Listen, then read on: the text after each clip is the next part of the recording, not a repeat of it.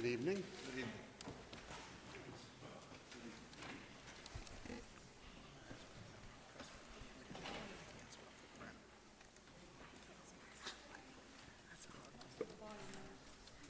It's usually on the side. There you go.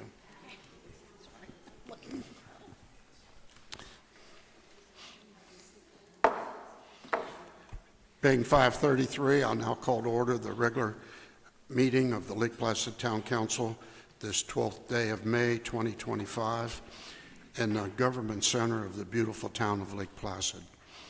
At this time, if everybody would please rise, make sure your phones are either off or on vibrate. We have the distinct honor of having with us tonight Mr. Drew Severance from the First Presbyterian Church. It's always an honor having him, and we appreciate him being here to lead us in our invocation and pledge. I told John that it's an honor that you guys ask us to do this. We really appreciate it. You're not standing for me, right? Just make that clear. You're standing for the Lord. So, well, let's pray. Father, we thank you for the gift of prayer. We thank you that not only do you hear our prayers, but you act on our prayers in a mysterious way. You use them to carry out your good and perfect and sovereign will. And so we come to you as our Creator, as our Father, knowing that you're listening, knowing that you care and that you love us. Father, we thank you for this town of Lake Placid and just the blessing that she is and the privilege that we have to live here. Father, but it takes effort to run her. It takes effort to plan. And so I thank you for all that are here, especially the town council and the staff. Father, I pray that you would give them wisdom. Your word says if we lack wisdom, all we have to do is ask it. And so that we pray that everyone would be looking to you, depend upon you. I pray there would be unity in decisions. And Father, I pray that you would work through and above and against decisions that are made that would be the best for your people and the best for this community. And we pray this in Jesus' name. Amen. Amen. And then the flag. I pledge allegiance to the flag of the United States of America and to the republic for which it stands, one nation, under God, indivisible, with liberty and justice for all. Thank you, sir.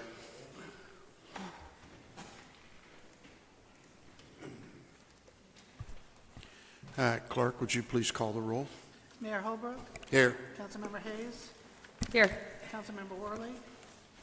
Councilmember Charles. Here. Councilmember Eberhardt. Here. Okay, we'll go to consent agenda 1, A through D.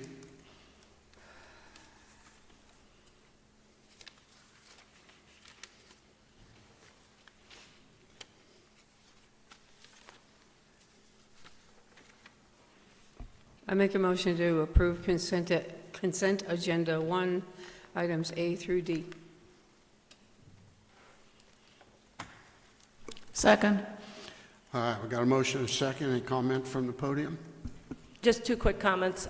Just on the minutes, under the co-op student, where it says that we were going to, during the summer, it should really be changed to say students for a co-op program. So it's not a summer, it's a continuous. And then the only comment I want to make is, I don't know how many people are reviewing the budget and the accounts payable, but I have been. And there's a number of budget items that are running way over, so I will be getting with Charlotte and also Rachel to try to go over and get some answers question on both the budget and some of the payables. But other words, I'm fine with moving forward.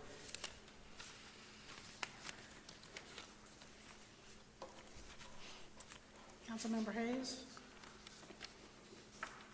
Are we voting? Well, oh, yes. Yeah, I was going to wait, take it to the audience first. Any comments from the audience?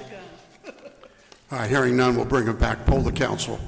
Councilmember Hayes. Yes. Councilmember Eberhardt. Yes. Councilmember Charles. Yes. Okay. We'll go to number 2, presentations. And first of all, we have the Central Florida Regional Planning Council. for their presentation.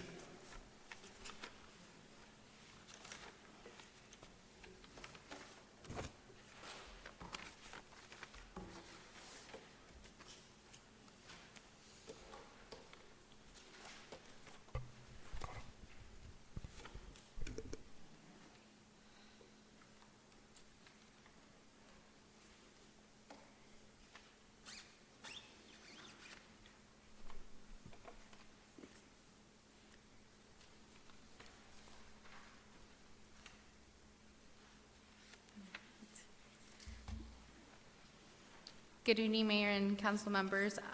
Thank you for the opportunity for us to present the proposed text amendments regarding mobile food dispensing vehicles, commonly known as food trucks. This initiative is in response to the direction given on the April 14th meeting and is aimed at providing structured, lawful, and community compatible framework for regulating food trucks within the town of Lake Placid. Tonight we will walk you through the background as well as the legal context and detailed elements for the proposed ordinances changes related to food trucks. And our goal is to enable these businesses to operate while preserving public safety, aesthetics, and the right of neighboring property owners. Just some background information. The Code of Ordinances currently does regulate peddlers and solicitors, but does not address mobile food units. At the same time, Florida Statutes 509.102 preempts local governments from licensing, registering, or charging fees to food trucks. However, municipalities may still regulate location, hours of operation, and site-specific standards. The proposed amendments reflects this balance. All right. I will provide an overview of the proposed text amendments before going into in-depth line item by line item of the proposed amendments. So just an overview, the amendments have three main objectives, which are to align with state laws, define where food trucks may operate, and establish operational and site requirements to minimize impacts. Locations allowed include special events with permits, overlay districts established by town resolution, and then commercial or industrial properties as either a primary or accessory use with special approval.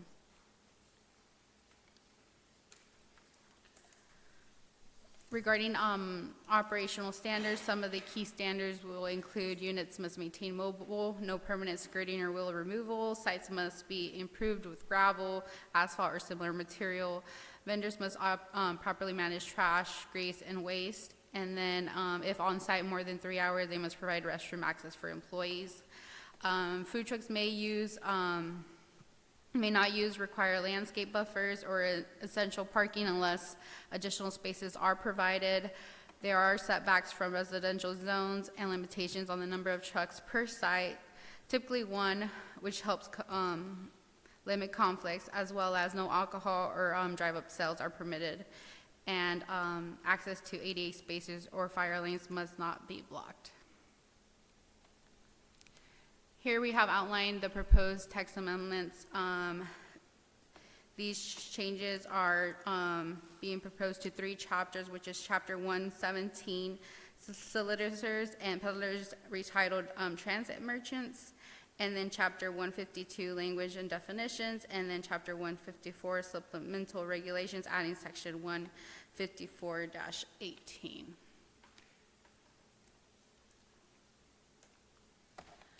Here you have what the first change to Chapter 117, and this includes adding definition for mobile food dispensing vehicle in compliance with what Florida statute states it being defined as well as adding the definition for transient merchant, and then adding in this chapter, which is section 117-13, adding exemption number 5, which states that the regulation of mobile food dispensing vehicles involving license, registration, permits, and fees is preempted to state,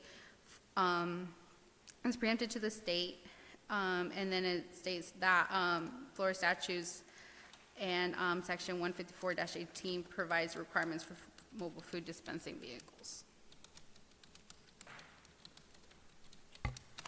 For chapter 152, language and definitions, here we're adding the following definitions, which is conveyance, as well as food truck, and then mobile food dispensing vehicle, as well as mobile food vendor overlay district. These are all terms that are being used in the amendments and therefore need to be addressed in the definitions. Chapter 154, Article 3, supplemental regulations. This is where mobile food dispensing vehicle food trucks regulation would be added. This is adding section 154-18, naming it mobile food dispensing vehicles, food trucks. Adding applicability, as well as mobile food dispensing vehicles may be permitted as an accessory use on properties with the town of Lake Placid under the following conditions.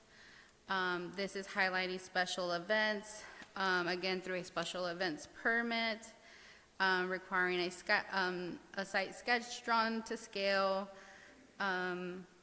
showing where the event taking place, all exits and entrances of the property, and all reasonable information required by the town to determine whether the food trucks are in compliance with applicable town requirements. The mobile food dispensing vehicles included with the special event shall ensure that the property is returned to the property's original condition no later than 4 hours after the event. Another way food trucks would be permitted is through the mobile food vendor overlay district. This is, again, properties identified by the town council will be included in the mobile food dispensing vehicle overlay district by resolution. The mobile food vendor overlay district does provide for regular vending opportunities at select public locations, and the town will adopt a resolution identifying each public location that establishes requirements for that specific location. The other option is mobile food dispensing vehicle permanent establishment accessory to a primary use. This is a food truck on a already established property as an accessory, may be established as an accessory to a primary use on a property, allowed by special approval on property zoned commercial and industrial, and shall be subject to general requirements and standards established in this section. The last option is as a primary use on vacant or undeveloped land. This again will also be allowed through special approval on property zoned commercial and industrial, and shall be subject to the general requirements and standards of this section. We now go into general requirements for mobile food vendors, and this is where it gets very detailed, and it states that there shall be a violation for any mobile food vendors to offer for retail sales, display, or accessory advertising of any food or beverage products of any location except in compliance with the requirements of this section. Food trucks must maintain valid licensing required by Florida statutes, and as well as any licenses regarding that and insurance in order to operate a motor vehicle within the state. All mobile food vendors must have the name of the business clearly displayed on the food truck. Mobile food vendors shall be located on an approved and sterilized surface of such concrete or gravel, asphalt, or any similar material. And if located within an off-street parking area, any parking spaces used will count against the minimum parking ratio required to support the principal use of the property.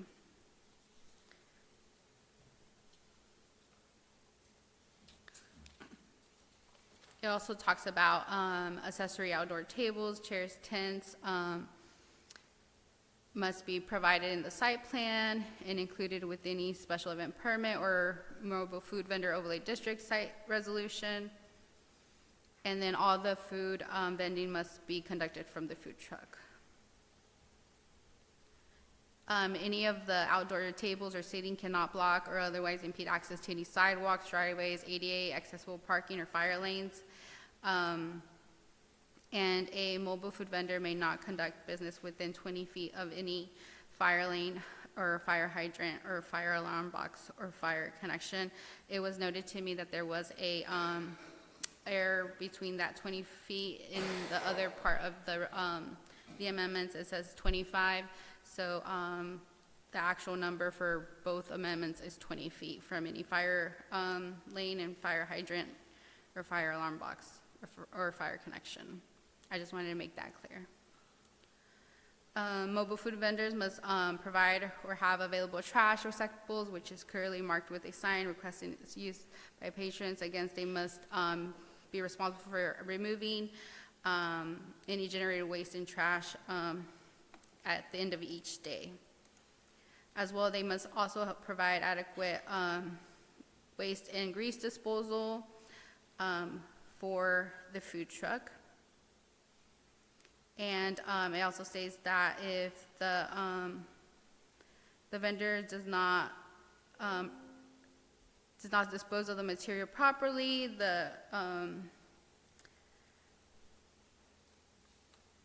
sorry, I lost myself. The responsible food vendor may not resume operation until an alternate method of disposal has been approved if they have not done it correctly.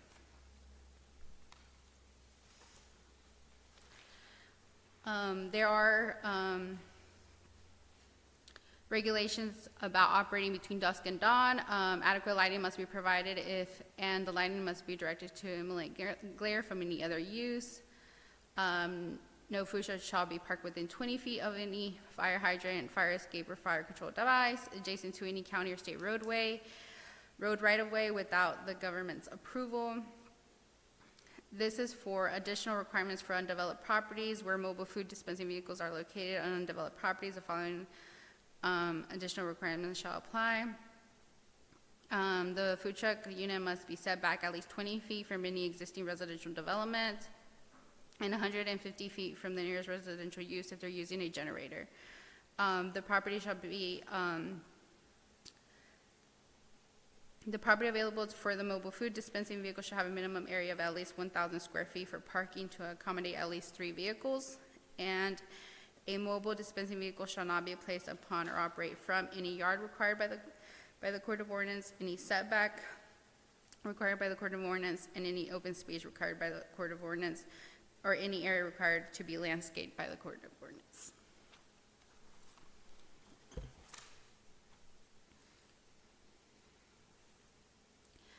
The food truck shall also not be placed or operate within any required parking spaces. The food truck vehicle private owner shall be currently responsible ensuring that no litter or debris escapes the property, no solid or fluid remains on the ground after removal of the mobile food truck other than clean water. Wheels cannot be removed, and the mobile food dispensing vehicle shall always be capable of being driven from the location at the conclusion of its allowable hours of operation. No vehicle skirting or other elaboration indicating permanent location shall be allowed, and all sound and smoke shall conform to town, county, if applicable, state laws, and shall otherwise not create a nuisance to neighboring properties. Mobile food dispensing vehicles shall only set up and operate between the hours of 7 a.m. and 7 p.m. Sunday through Thursday, and 7 a.m. to 3 a.m. on Friday and Saturday, and shall be removed outside of those hours. That's something to definitely think about if that's the regulation that you want to consider, or if there's anything within those regulations that you see that might not fit what the town is looking for. That's one of my questions that I have for you today. Because as you all live here, you know what the community wants and needs. So I am going to be looking for direction on that later as we finish our discussion.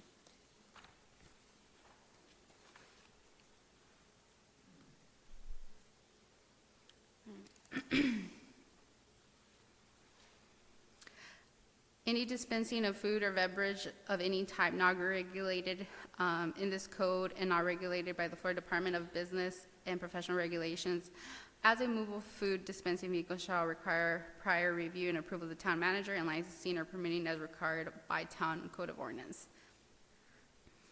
Food trucks are prohibited from the following: selling or distributing alcoholic beverages, selling or dispensing food to customers in a moving vehicle or otherwise engaging in drive-up sales.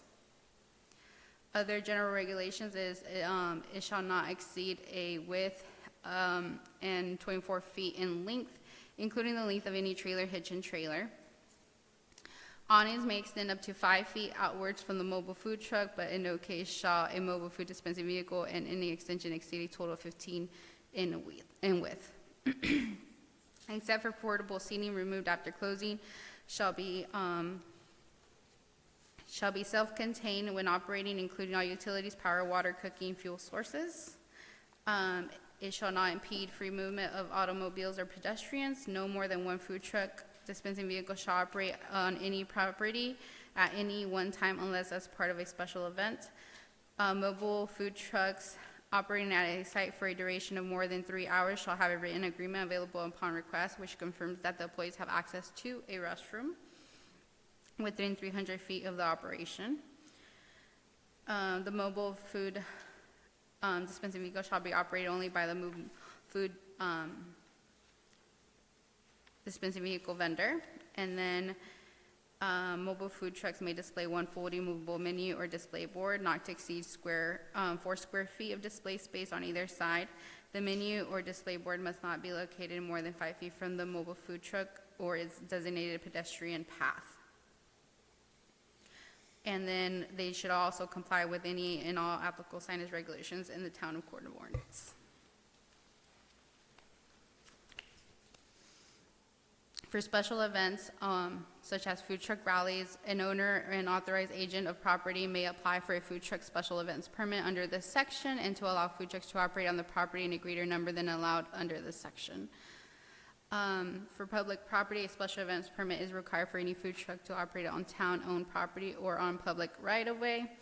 And then for the permit, the application for the permit shall include a site sketch drawn to scale that includes the dimensions and the proposed location of the food truck, special event area, all entrances and exits of the property, parking area, loading zones, fire hydrants, all the information reasonable in order for the town to review. The provisions of this section are an additional and supplemental means of enforcing the town's code of ordinance, and nothing contained in this section shall prohibit the town from enforcing its code of ordinance by any other means. Regarding what will be required for documentation, the applicant shall submit a site plan showing the proposed location of the food truck and any necessary components.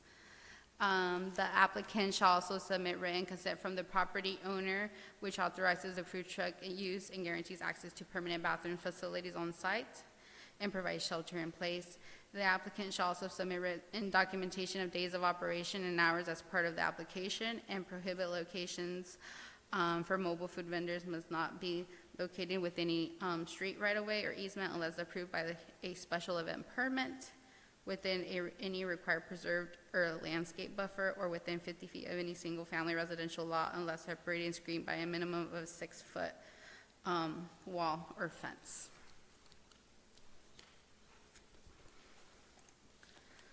So that was basically all the proposed amendments for food trucks. And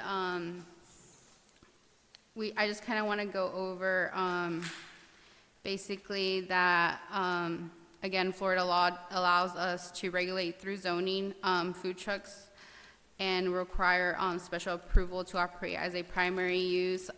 This ensures community input and compatibility with surrounding uses. Regarding enforcement and documentation, the proposal does include operational rules, setbacks, sound, lighting, and waste management, among others. Required documentation includes the site plan, proof of restroom access, property owner's consent, and days and hours of operation. This helps with accountability and coordination, And regarding the legal framework, I know that was a question in the last meeting. Under Florida statutes 509.102, we cannot require separate business licenses or fees for food trucks on private property. We can regulate location, zoning, operating hours, and impacts. We can require conditional use permit, site plan review, and charge fees for those zoning-based processes. And I have more information on that as well if you have any questions. But basically, these amendments aim to create more of a fair and enforceable path for food trucks to operate in the town. And at this time, I can probably take any questions you would have.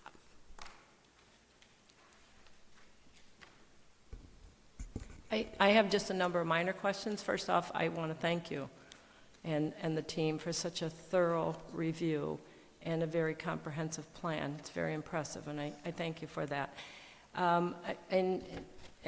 Mine is reading through all the text and the changes, so this will kind of be to both of us and the attorney. I wonder on page 71, where under the definition we say public place means if we need to add the word and parking lots. So we talk about, without limitation, schools, parks, roadways, sidewalks, public buildings, and playgrounds. It seems the word parking lot should be in there too. So public place, the way it's written now, that's already in your code of ordinance. There's nothing being changed to that. What is being proposed and changes was actually underlined in the staff report. But I guess whenever we change the, we can go ahead and do it. If we're going to change it, if there's something that's missing before, something for consideration. So add and parking lots to public places? I just think it helps to and parking lots. Okay. We kind of list everything else, but not the parking lot. And then I just kind of want clarification on some, so it's our package 72, where it talks about fairs and festivals, and we name some, right? We name, but should we also add the farmer's market in there?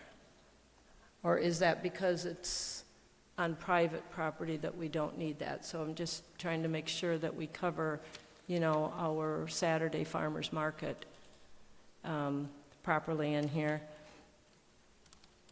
And then clarification, does a mobile food dispensing vehicle include trailers? Because we keep talking trucks, and, you know, we have trailers that come in, they'll back it in, and then the truck will leave, but the trailer will be the food dispensing. Right, so, yeah, that's actually the conveyance, where they're selling the food from.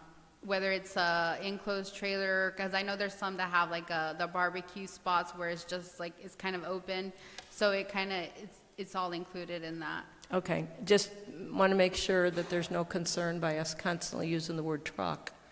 Well, the actual word is mobile food dispensing vehicle. Okay. And can I go Sure, back to your question about adding the farmers market? So right now, how does the farmers market operate? Do they have a special event permit? It's all private. Right, okay, so then they would have to come forward with a special approval to allow for food trucks at the farmers market. Because this one is addressing exemptions. Your comment on adding the farmers market was under the exemptions, is that correct?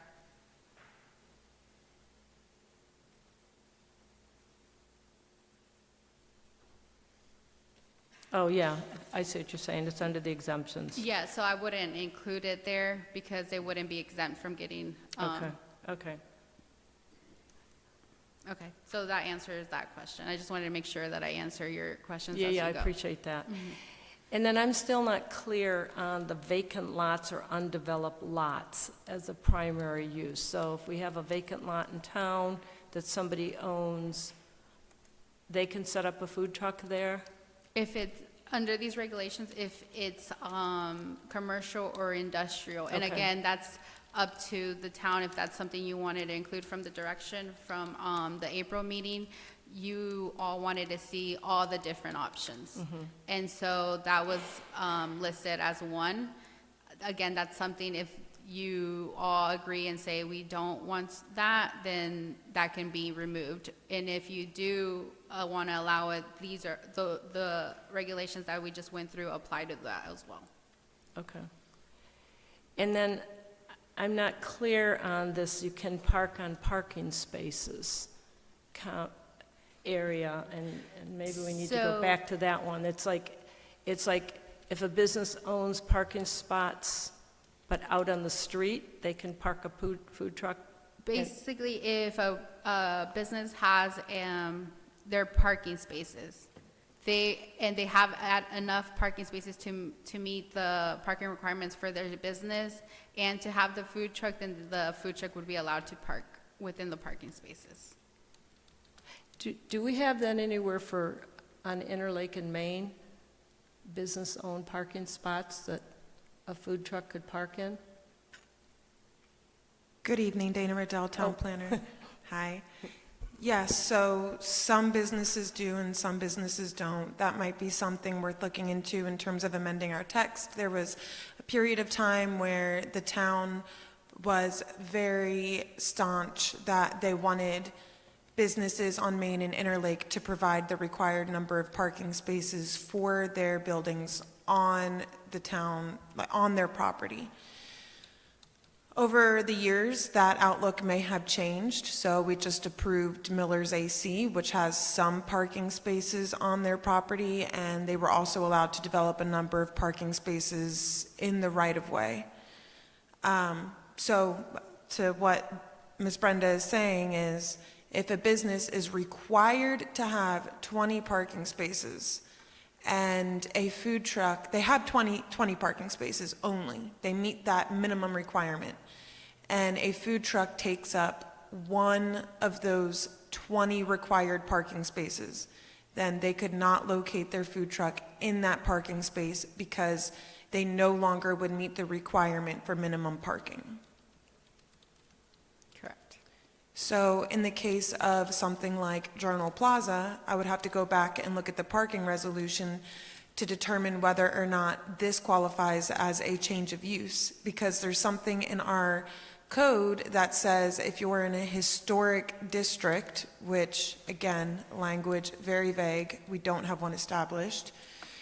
If you are in a historic district, you can come before the town council and ask for deviation from the parking requirements to respect the characteristics of what was originally there. So Journal Plaza, built in 1920, they said, we can't put any parking spaces on site. We could fit a loading area in the rear, but we can't fit any parking spaces on site.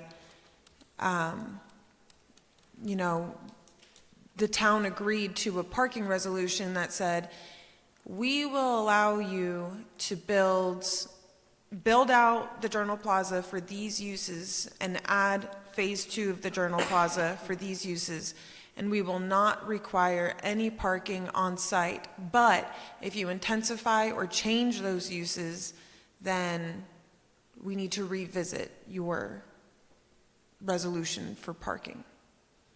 So it will affect different properties in different ways, depending on what agreements and resolutions they have in place. So it's complex. So then, based off that information and what's being proposed, there is the option of, because the way it's written, it says the amount of parking use should not result in a reduction of the number of available off-street parking required to support the principal use.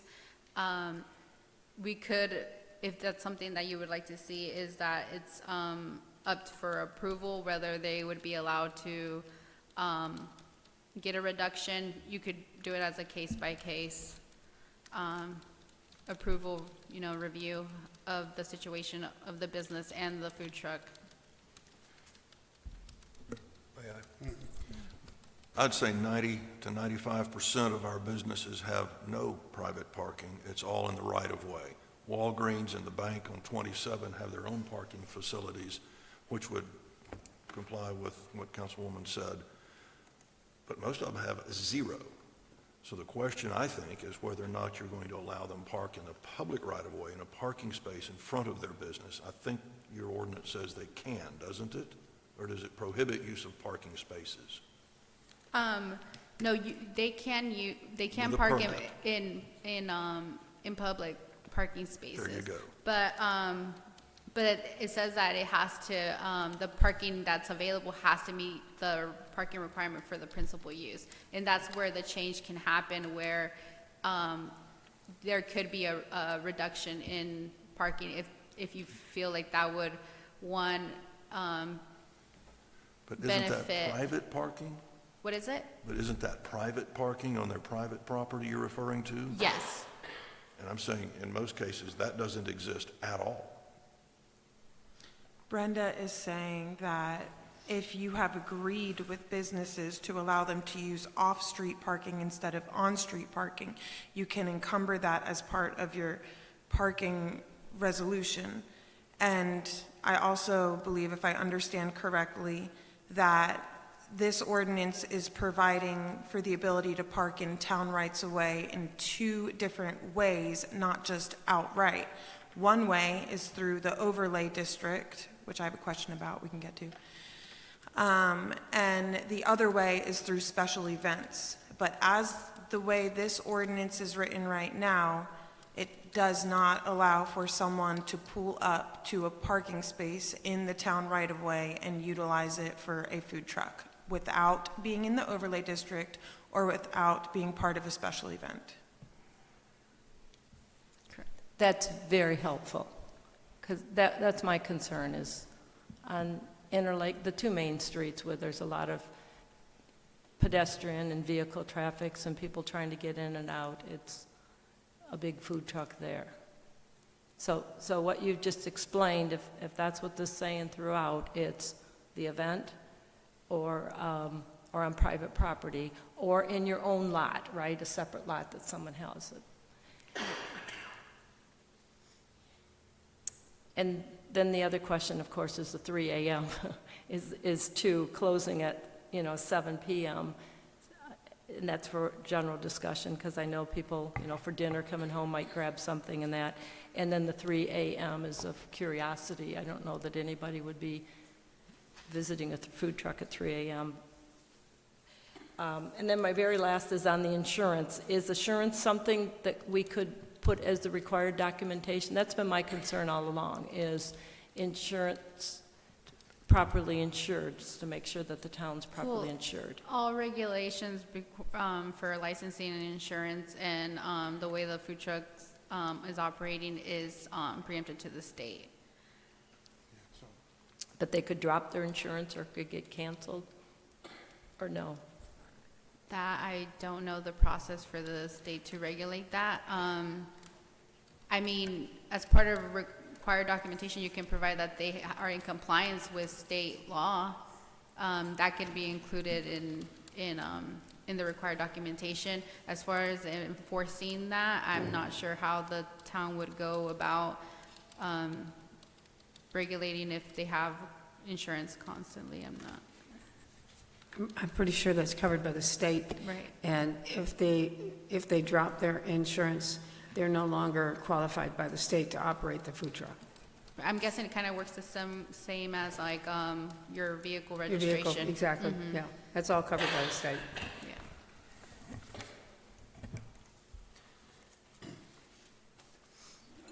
Yeah.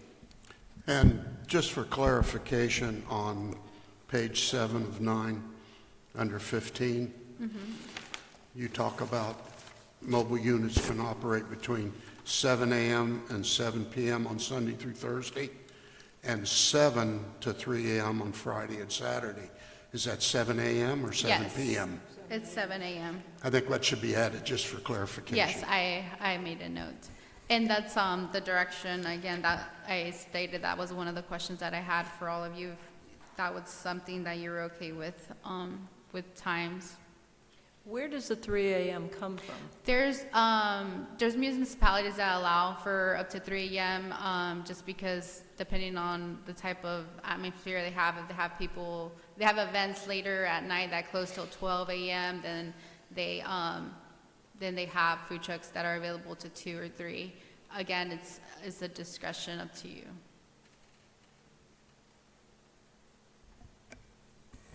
I think in Lake Placid, we could make it to 9:30 and it would be fine. 9:30 p.m.?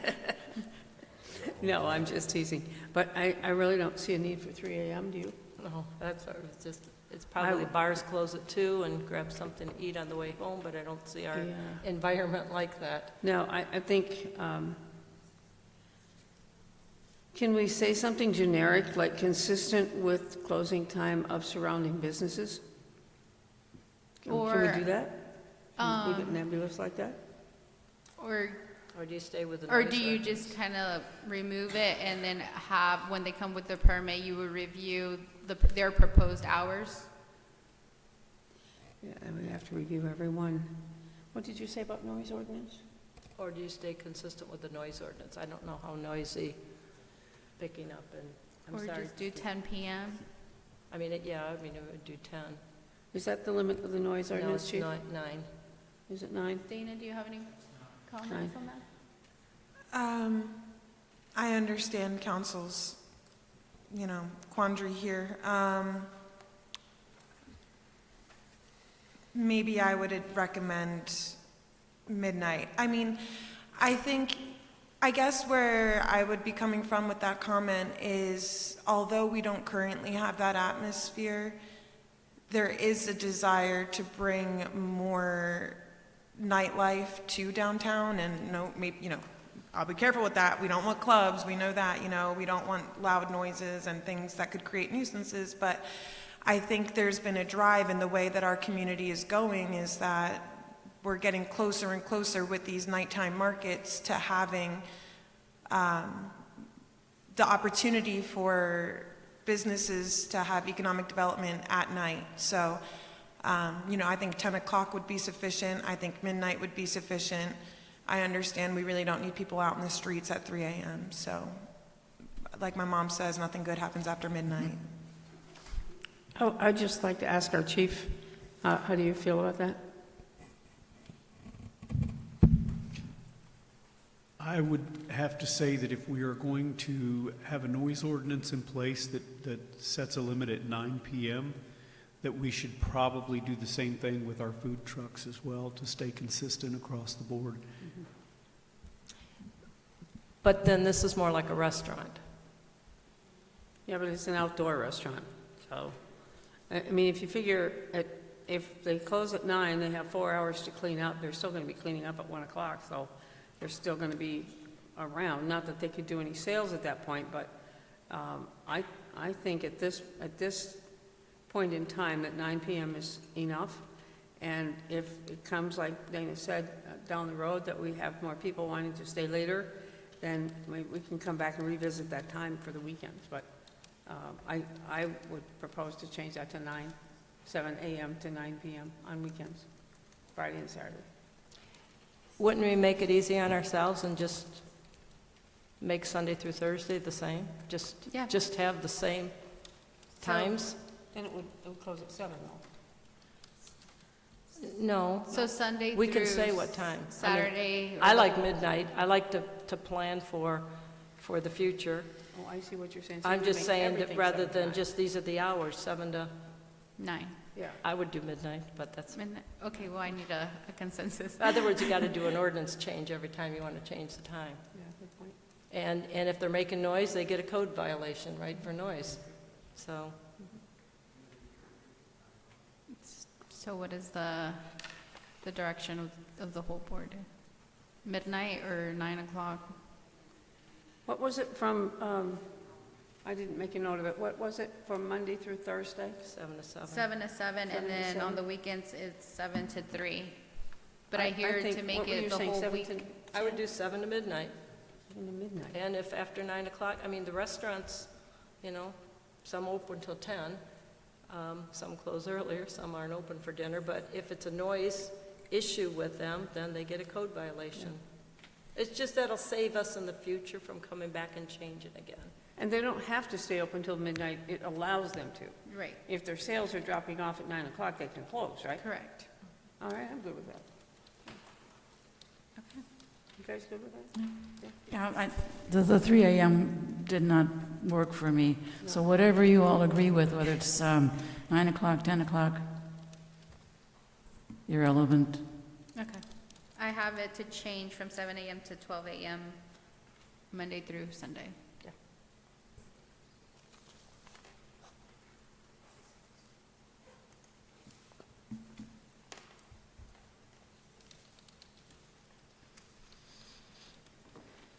Any other questions or comments? Yeah, I have some, but you want to take it down the road, or? I was just going to say, I think you've done a great job on all of this. You've covered, as far as I can see, you've covered all the points that we brought up, all the points that were brought up in the workshop, and you've done a great job with all that. I appreciate the clarifying the 20 feet from the fire lane, because it said 20 and 25, so it's Yes. up to 20. Thank you. And I think it's really I think it's a good piece of work. Thank you. Ms. Torres, I'm sorry, I have one question, if the council will allow. For the overlay district, it states here that the council would create the overlay district by resolution. Is that something the Central Florida Regional Planning Council intends to come back and help create with them, or will that be an exercise performed by the town staff? I would hope that would be just council. We are more than welcome to assist in that and identifying public locations and then creating that overlay, providing the mapping, and then signing the regulations that are laid out here. So just with your direction, we can, that can be followed by the next steps.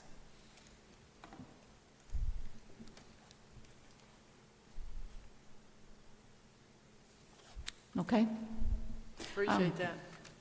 Okay, yeah, I have five things. Go ahead. There are no provisions in here for enforcement or penalties for violations. That there isn't? Not that I saw.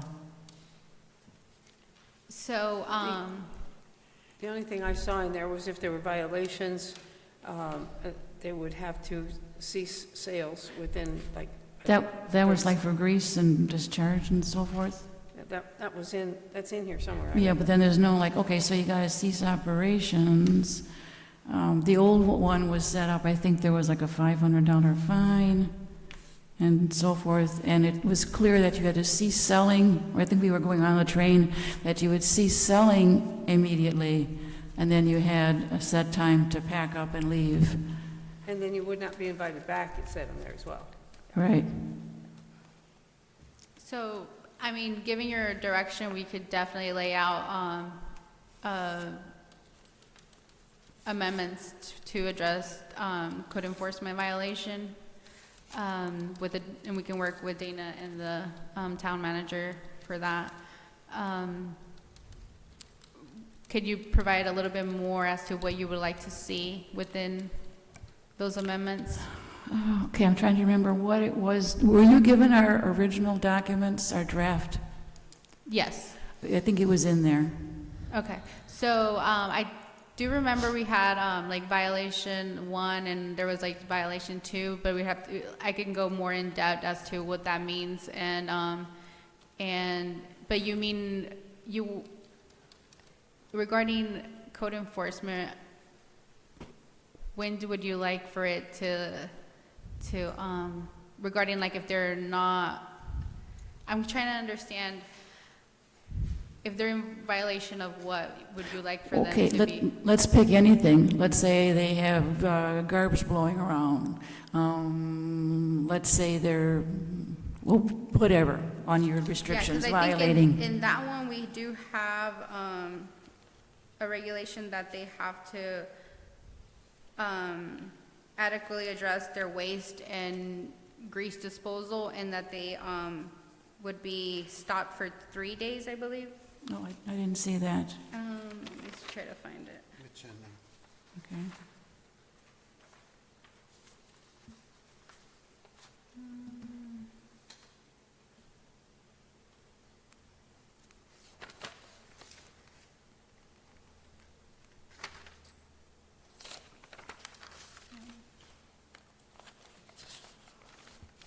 Because I know like where they're parked and their plan would be reviewed first so that they couldn't be in non-compliance with that. But regarding, adjusting their waste, Well, I just picked that as one example. Right. But let's say there are multiple things they're required to do or not to do.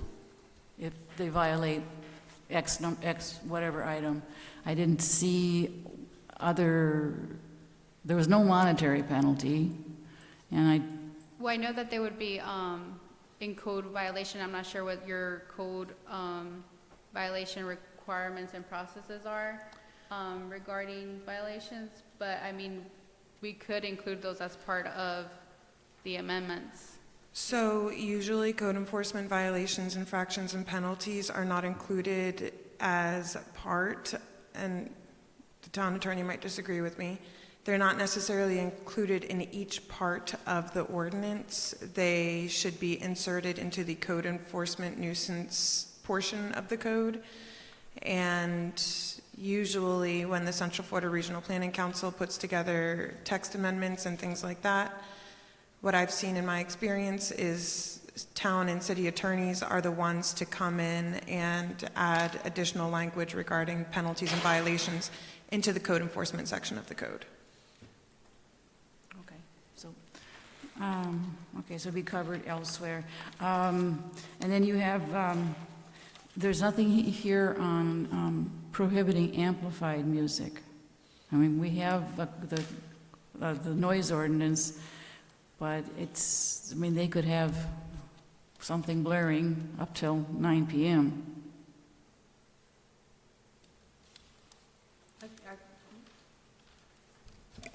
I think that would just have to fall under the noise ordinance and be enforced by the code enforcement officer or the police department.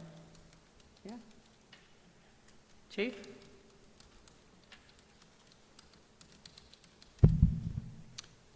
The noise ordinance as it stands right now, if we began to enforce that during the day,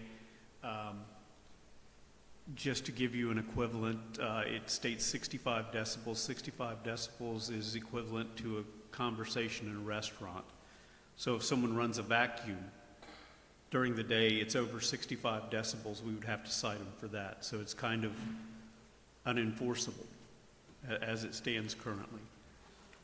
So we need to address the The noise noise ordinance with ordinance. reference to the town. Yes. That's a town thing, that's not a county thing. It's a town thing that's more We mirrored the restrictive. county's ordinance, so we pretty much mirror what they have in place as well. Okay. Is it 65 decibels 65 in the decibels. county? As the last time I read it, yes. Okay. It's been a while since I've read the counties. Yeah, I haven't looked at it either. Okay. This is kind of just, I don't know if it's wordsmithing or it's my reading it wrong, but on page 3 of 9, the first paragraph talks about transient merchant, and then halfway through that paragraph, it says, describes everything, so on and so forth, such goods within the town and leases, uses, or occupies any building or structure. That's not transient.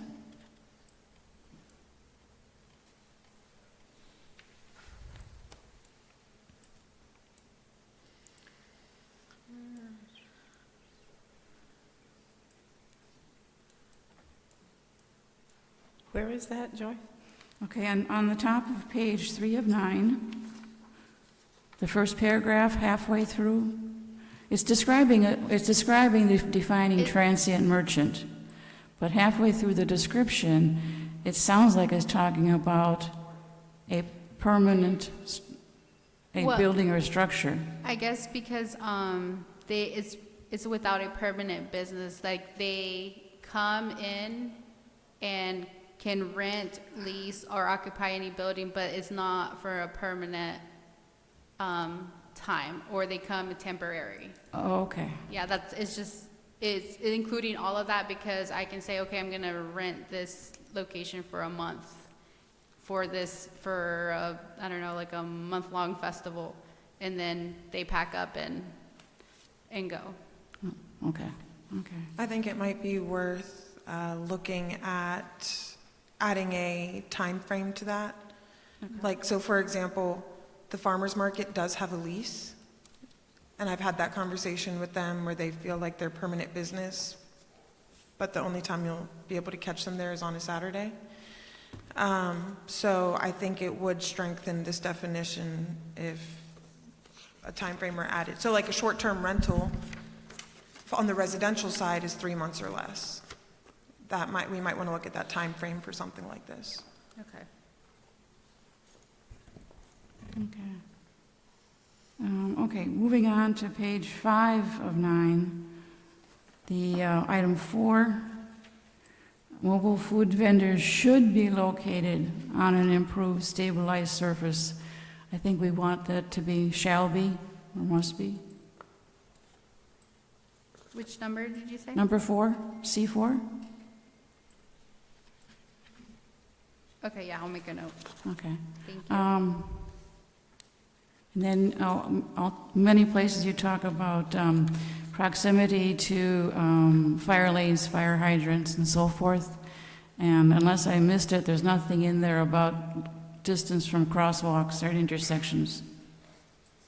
I think there is a requirement, I'm not sure which one, but about that it cannot impede pedestrian or vehicle access. To cover it. The distances from crosswalks, stop signs, and intersections are all covered in Florida state statute on how far they can set up to them. Okay. And I don't know how council feels about the 50-foot setback from existing residential. Now, we know it has to be commercial or industrial, but how do you feel about 50 feet from an existing residential?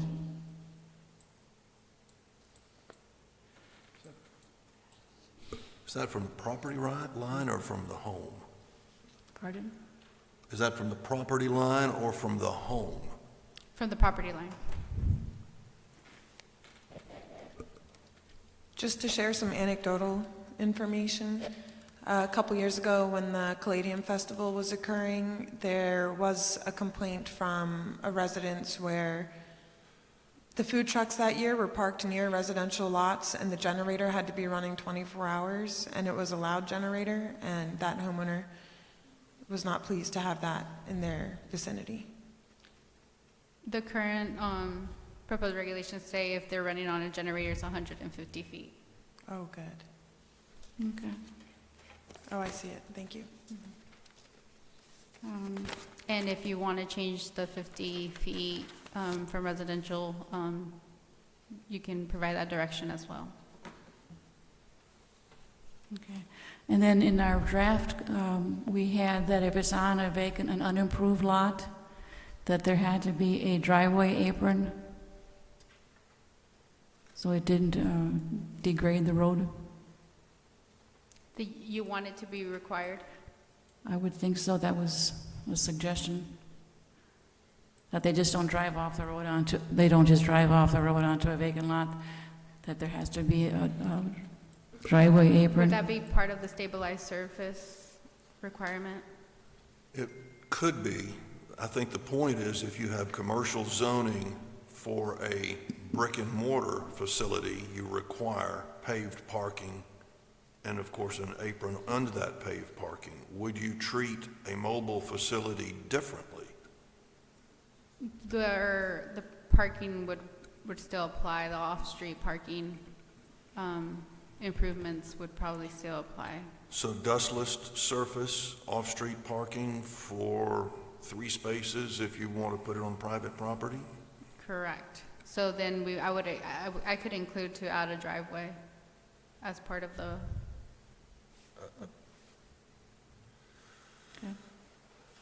Isn't the challenge here, and I think the point, it's a valid one, that we talk about a vacant lot, an unimproved vacant lot that may be commercial, but people just start pulling in and out, in and out, in and out to park for the truck, then you start breaking down the edge of the road, which is our cost. Mm-hmm. So whether it's an actual paved driveway or some type of, call it apron that they put down to protect the road. I think it's also a fairness issue. If you require a brick and mortar to do certain things, why would you not require the mobile? That lets him out of, it raises the cost for a brick and mortar to his detriment. I would even include the requirement for landscaping of those parking areas, because the purpose of landscaping and canopy tree coverage is to lower the ambient temperature. Our parking areas are required to be a hard dustless surface, so while this will allow the food truck to go over gravel, the parking area itself will be over asphalt, millings, concrete, some kind of pavement. So to Bert's point, if we require brick and mortars to provide some of those same elements to use a vacant lot for the purpose of food trucks, a commercial use, it should be prepared for commercial use.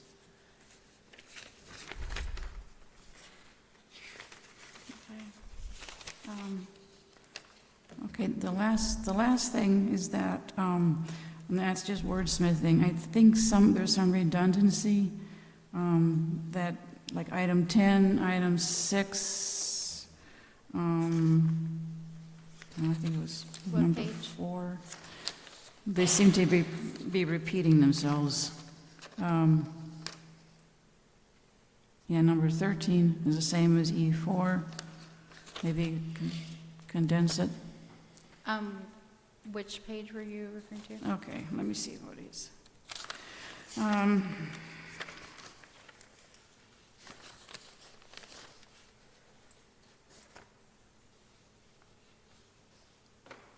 Okay, on page 6 of 9, item 10 is redundant with 6, I believe,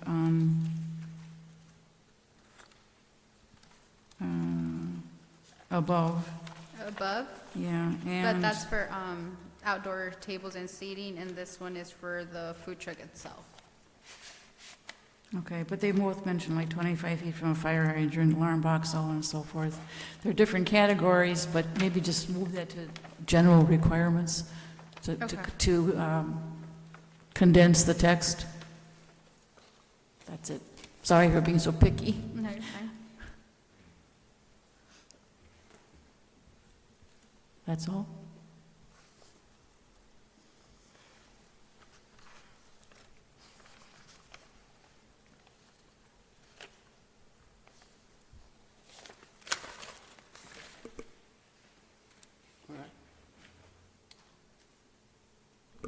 Administrator and I were thinking you guys might want to talk about food tents as well. For example, if you're putting a commercial lot uncleared and parking a truck on it, at times that truck becomes a tent, or it could be a tent. I believe we have mainly those in special events. I see them a lot. Are you going to treat them differently? I've seen it particularly lately in the city of Sebring. I'm not very good with directions, but Dana, you may be able to help me with this. They set up, they have the downtown area, but there is a parking lot that they have. It's just an open field, you know where and that's what they set up at. It's like 8 or 12, and there's a lady who coordinates it, and that's what they're using it for. You know what I'm talking about? Yeah, the cottage food market in Yes. Sebring. It's like a farmer's market in a way. This would, so it wouldn't be necessarily a food truck. It would probably fall under the same way that your farmer's market was approved and set up. Not sure. Dana, what do you think about? Which circles back to the farmer's market was never approved. It never went through any process and was never set up correctly. So the only mechanism we have to regulate farmer's market in the town of Lake Placid is our requirements for flea markets, which was the intention when that code was established based on the minutes I was able to locate.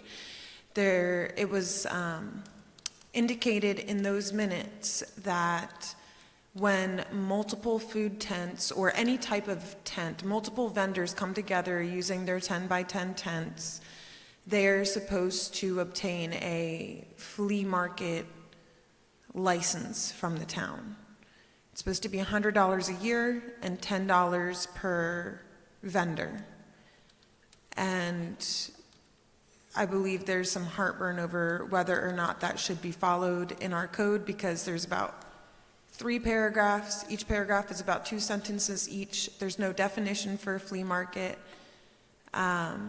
That is certainly something that I think should be addressed. I don't know if that's something the Regional Planning Council would be willing to do as part of this round of revisions for food trucks. Main thing I'd like to see is don't put the tent stakes down in our parking lot asphalt. Go ahead, Charlotte. I was just going to say, I know that this is one of the topics that Jennifer and I discussed before, so you may just need to clear it with her. Yes, and that was going to be the comment that I was going to make. I could definitely circle back and run it with Jennifer and see if that's something that we can work on, and we'll work with you to get that going. Would that be in here or a separate one?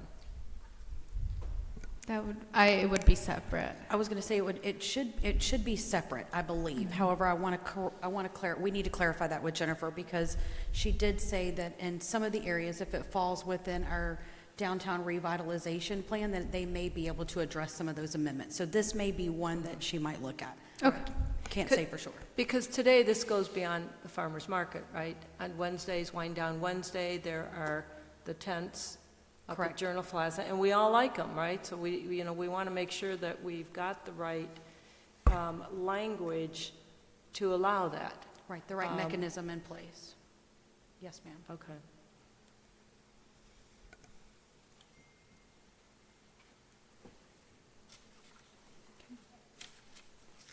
Okay.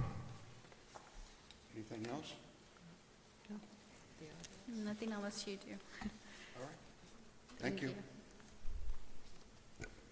Thank you so much. We appreciate you.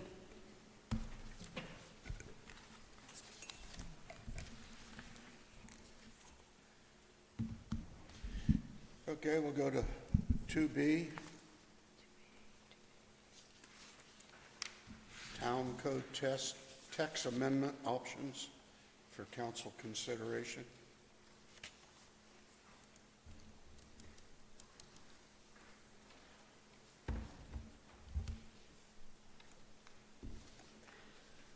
Good evening, Riddell. Good evening. Town planner for the record, my name is Dana Riddell. At our last meeting, there was a discussion where there was an acknowledgement that many of our codes need revisiting. I put together a brief list of some of these codes that I've noticed in my experience are out of compliance with Florida statute, may be difficult to enforce when it comes to code enforcement, or provide inconsistencies between policies, procedures, or our relationship with Highlands County. This is a very high-level list. There's a lot more that we could go into. This overlaps to some degree with one of our very last agenda items. If you want to pull this and come back, we can do that. But part of the reason I wanted to get council's approval in moving forward with any of these things is, you know, I've submitted an RFP, so it includes the daily, day-to-day planning and zoning responsibilities, which is essentially what has been occurring since 2006, since the county took over the planning and zoning for the town of Lake Placid. There really hasn't been major updates to our code of ordinances because everyone is trying to keep up with the day-to-day, which is also where I stand. I'm happy to do the day-to-day for the town, as well as provide some of these updates. So I just want to be clear that when we engage in these updates, there's a separate hourly fee for them. I have to bring in help in order to get some of the research done and to secure some of the time to make sure that we're bringing together fruitful amendments to our code. So that's particularly one of the reasons why I want to make sure that we're all on the same page. I'm not wasting council's time. I'm not wasting our town administrator's time, and that we're all on the same page. So I'll just give maybe a very brief, I have 17 items here, so I'll give a very brief overview of maybe why some of these things I found to be important, why I prioritized them in the way that I did. One thing I noticed in our town code, starting at number 1, is we don't, in our town code, have a requirement for building permits. We have adopted the Florida Building Code, and in a review of our interlocal agreement with the county, the building official is responsible for the enforcement of the Florida Building Code. Just in my experience in working with the county, between the county and the town, sometimes it can be hard to coordinate in that way. So this would be a very simple 1-paragraph amendment to our code requiring building permits for new construction, additions, and things like that, something that mirrors Highlands County's code, so that way, if our code enforcement is quicker and able to get to that property first, they can be one of the first ones to respond when someone's building without a permit. Stormwater management, it's come to my attention that we are under the county's MS4 permit, which is a stormwater management permit. As some of you may have read, I have a technical advisor that works with me. His name is Jeff Kennedy. One of his suggestions is that the town gets their own MS4 permit because it's not too difficult to do. I don't know if I take that same stance, because if we fall under the counties right now and they're taking care of some of our stormwater needs, then maybe we should just align with them for the time being.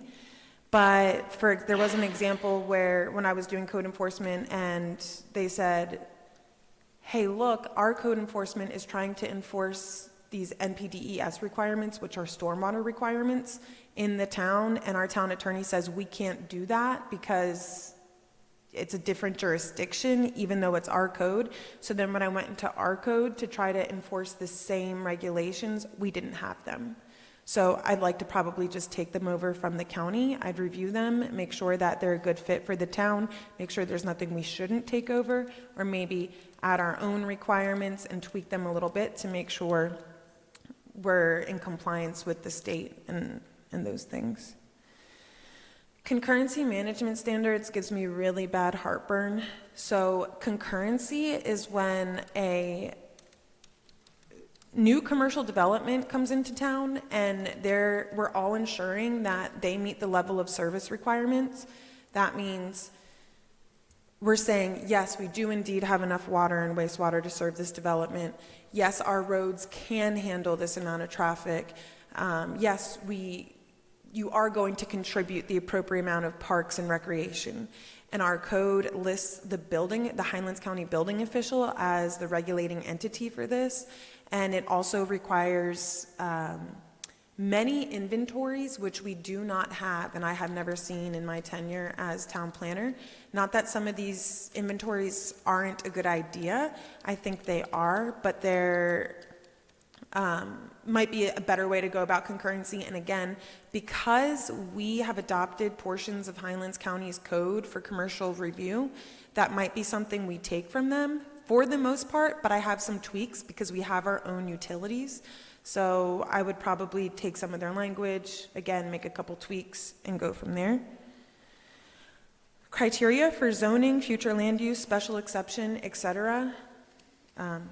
This worries me because there's case law that basically says if you make a ruling for special exceptions, future land use changes, zoning changes, and you don't have standards in your code that establish standards for how you're going to make this decision, a court of law can consider any of the decisions we make as arbitrary and overrule them.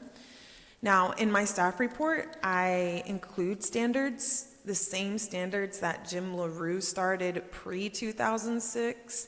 We could probably use some brushing up on that, insert actual standards in our code to make sure we're being fair across the board and we don't find ourselves in any trouble. Regulations for RV parking / overnight stays. This isn't something that plagues the town very often where we have people staying in RVs, but it is something that does happen and we should have some kind of standard. We don't have any standards for it, really.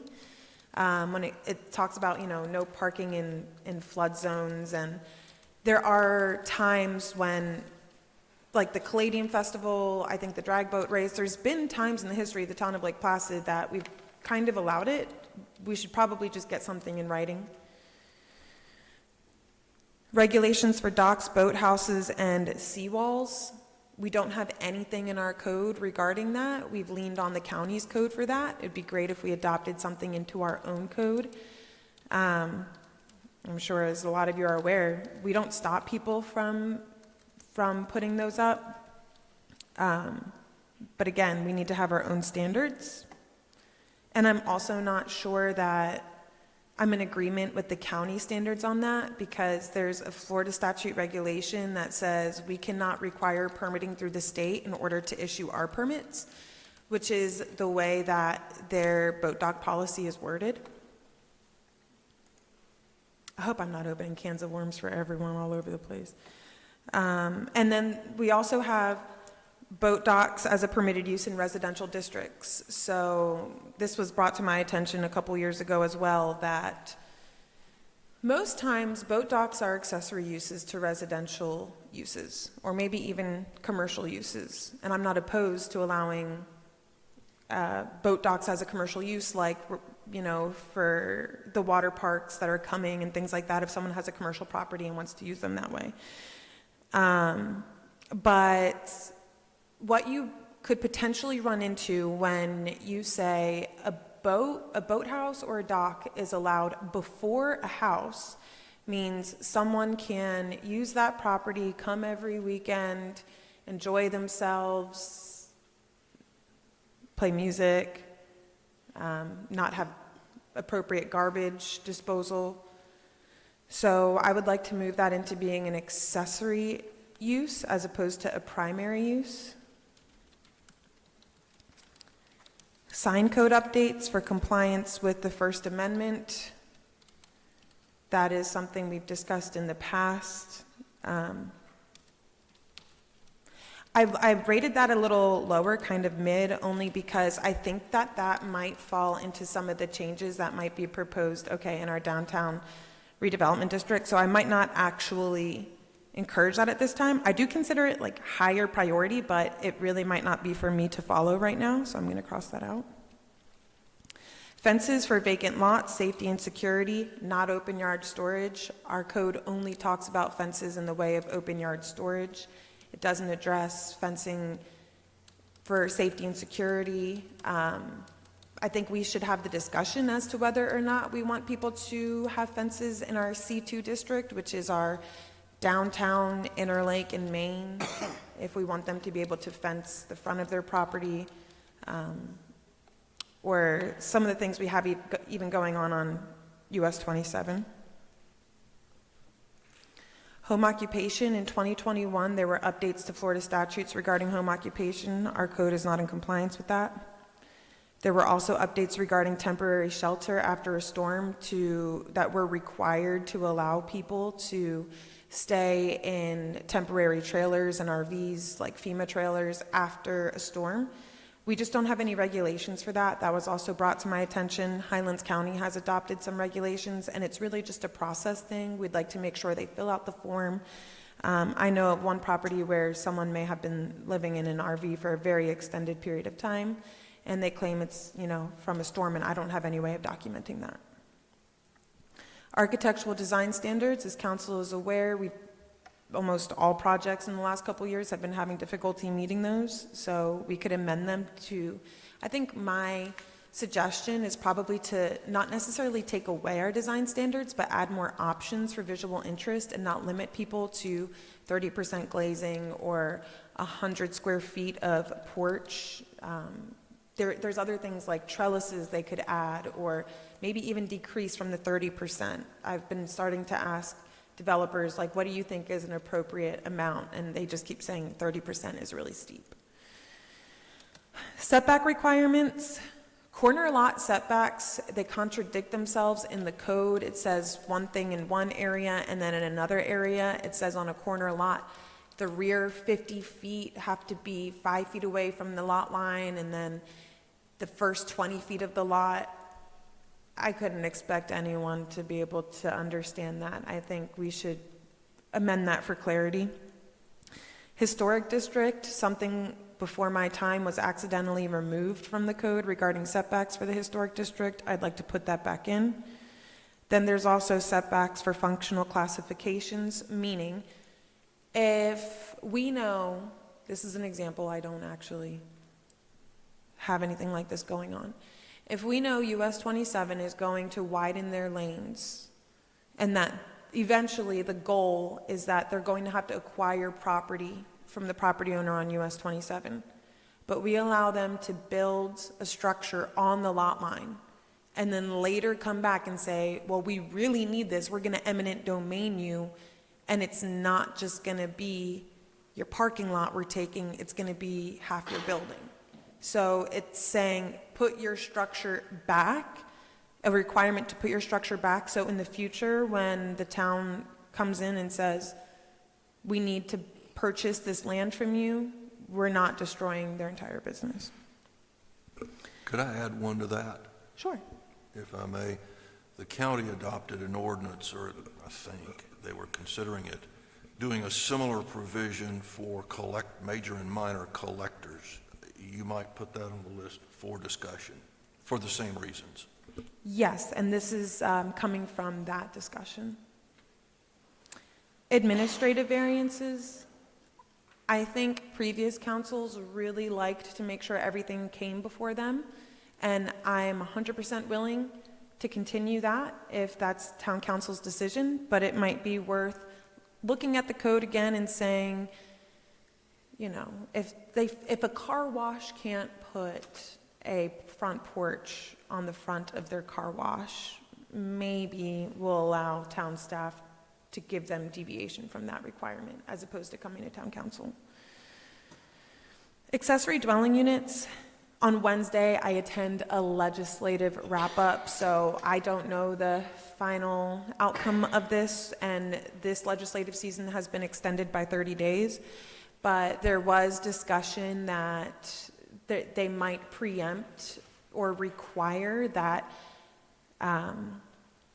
like single-family residential lots allow for accessory dwelling units, which is kind of like a guest home, but just one step further, because you can rent it out to anyone. It doesn't have to be a family member or something that you don't rent.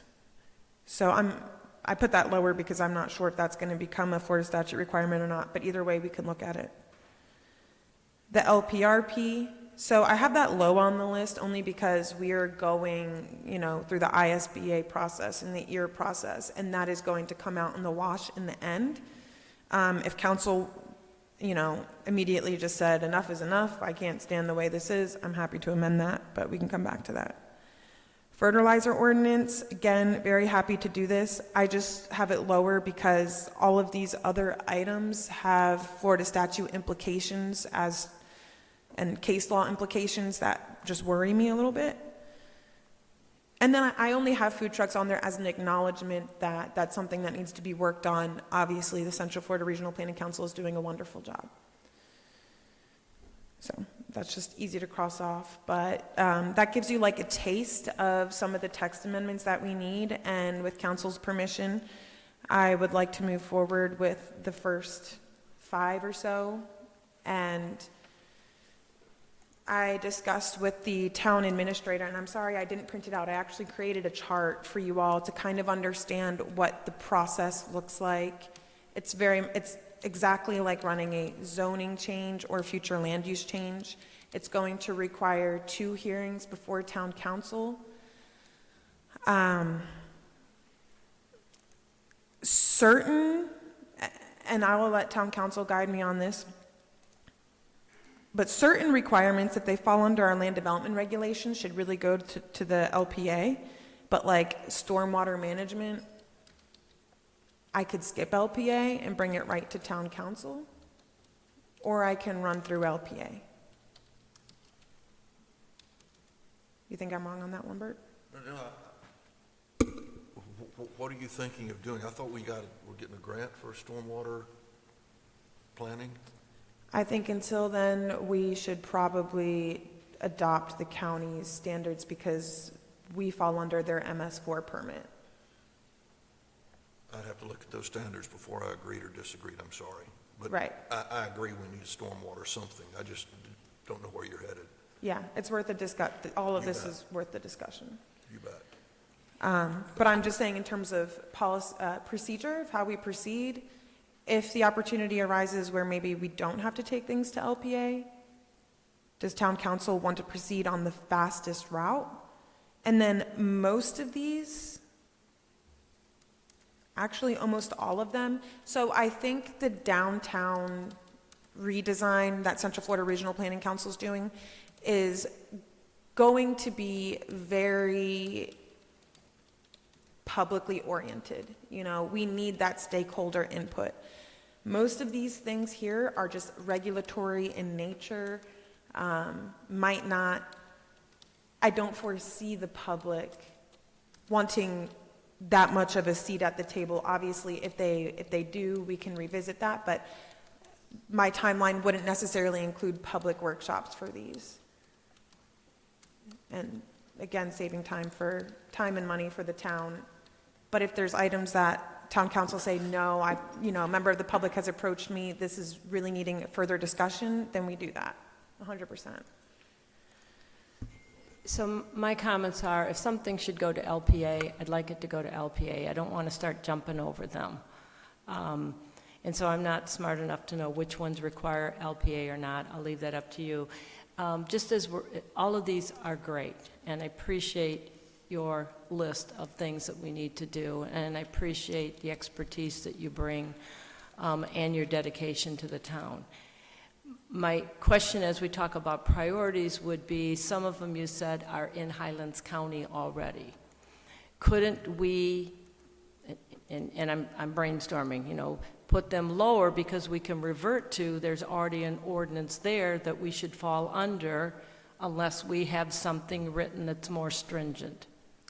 So that's kind of where, as we start to figure out, yeah, I want them all done, Dana, but then where do we start? Are there some that could be pushed further down because we can rely on the county's ordinance that they have in place?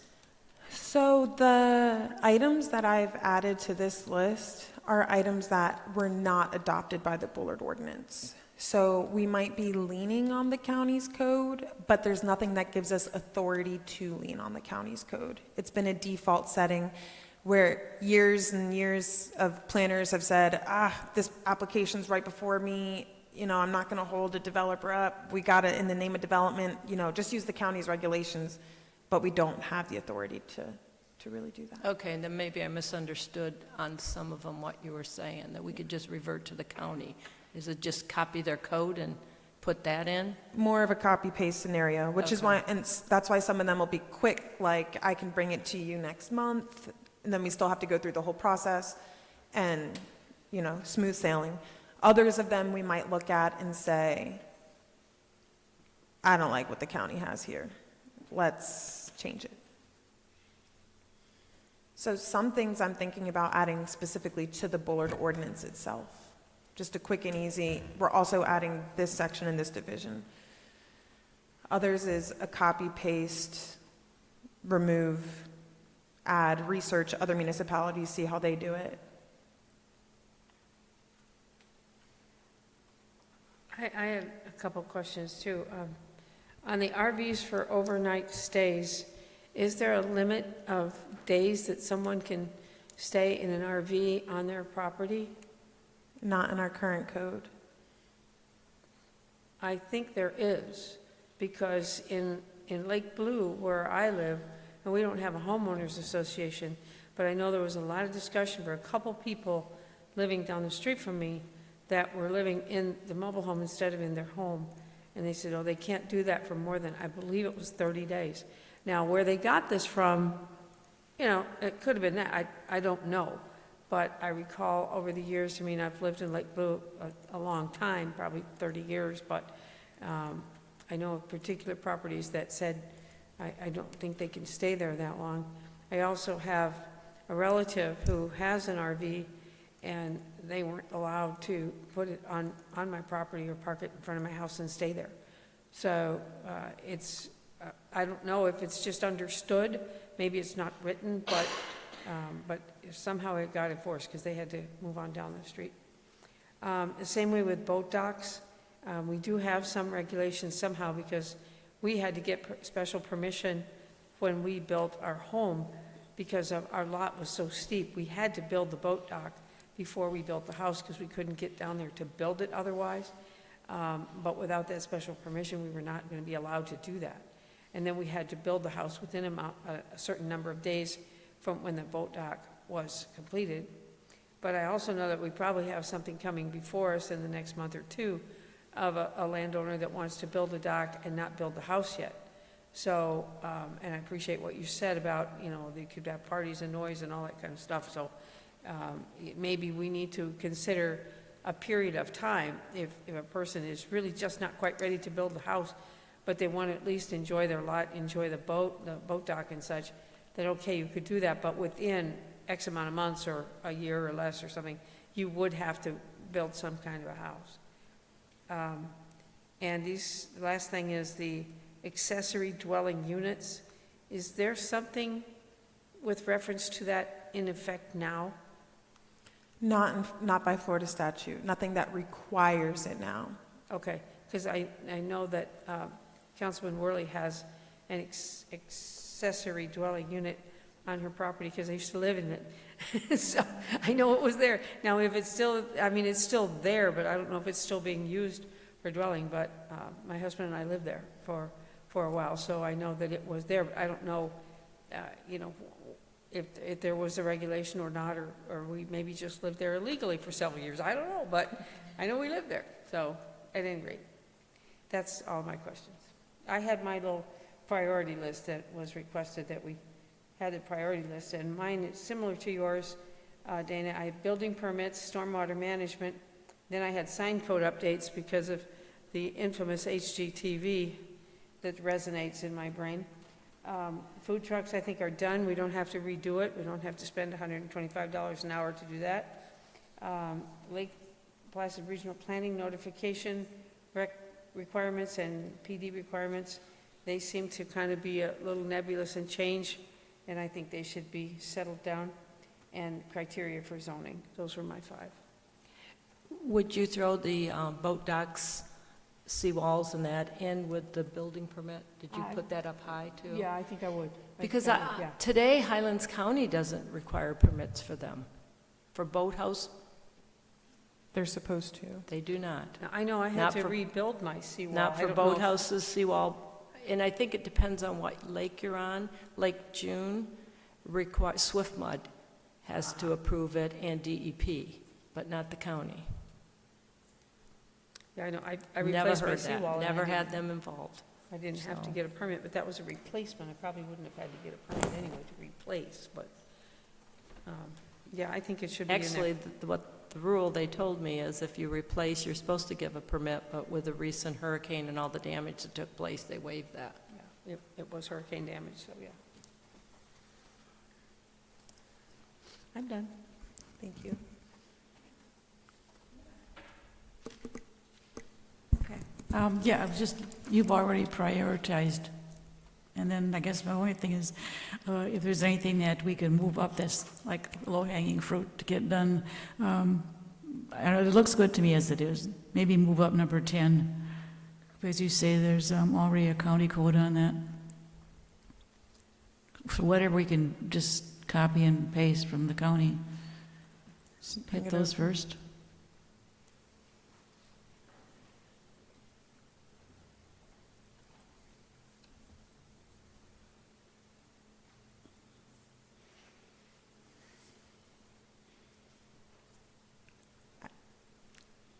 Yes, I'm having a hard time balancing the top 5 between the 3 different options. I was going to say, could we make would council approve for Ms. Riddell and I to meet together, review maybe the top 5 and start with the top 3? And then she can just work together with me on that. Thank you. Absolutely. Great, thank you. Hello. I'm good for the top 3, yeah. And I think that's a reasonable bite. I don't think we have to bite off quite that much, but for future planning, I think that's a great idea. But yeah, the first 3, I'm good with those 3. Yeah. Are you making, was that a motion or is that just a, do we need a motion?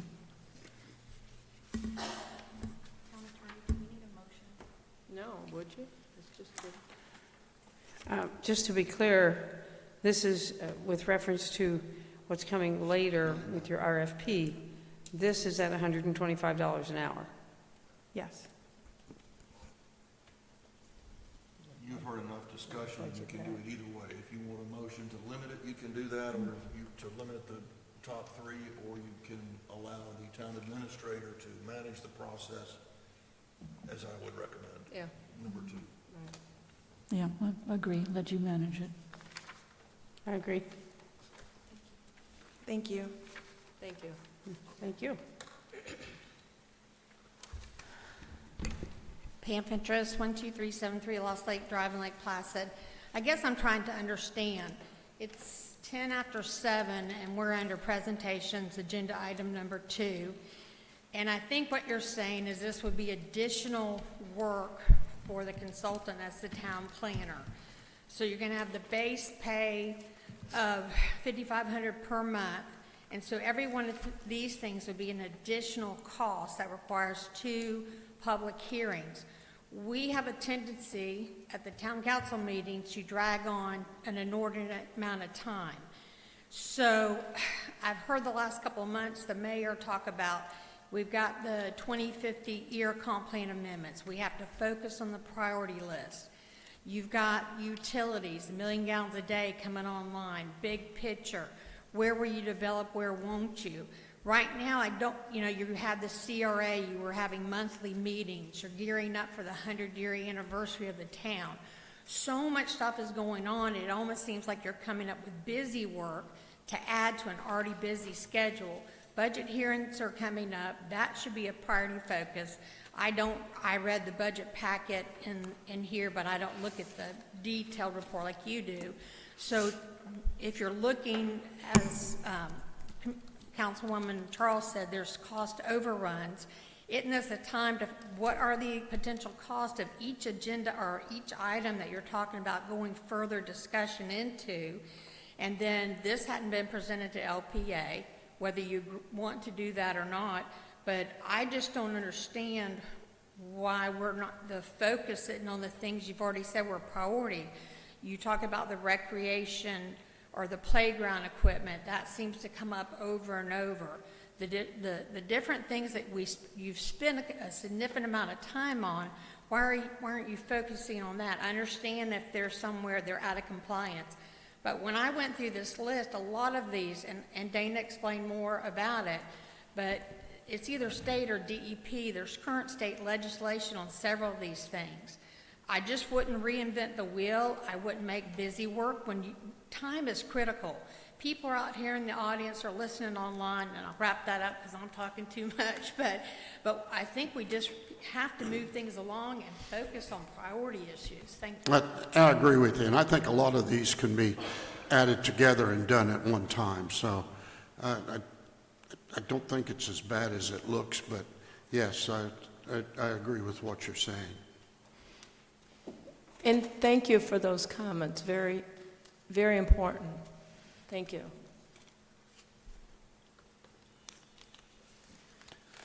Okay, what do we have? 4A, Public comments. ordinance 2025-04. No? Public comments. Oh, public comments. Yeah, I'm not up there. I didn't see that. Any public comments tonight? Okay, we'll move right along then. Go to item 4A, ordinance 2025, Town of Lake Placid modification to conditions of the existing C-1 PD highway. Plan Development District. This is second reading on that, correct? Correct. Okay. So, I'll make a motion to approve and adopt hearing number, get it up on the screen, I can read it better. There we go. Thank you. Hearing number LPTC .25.002 RZ ordinance 2025-04 on second reading.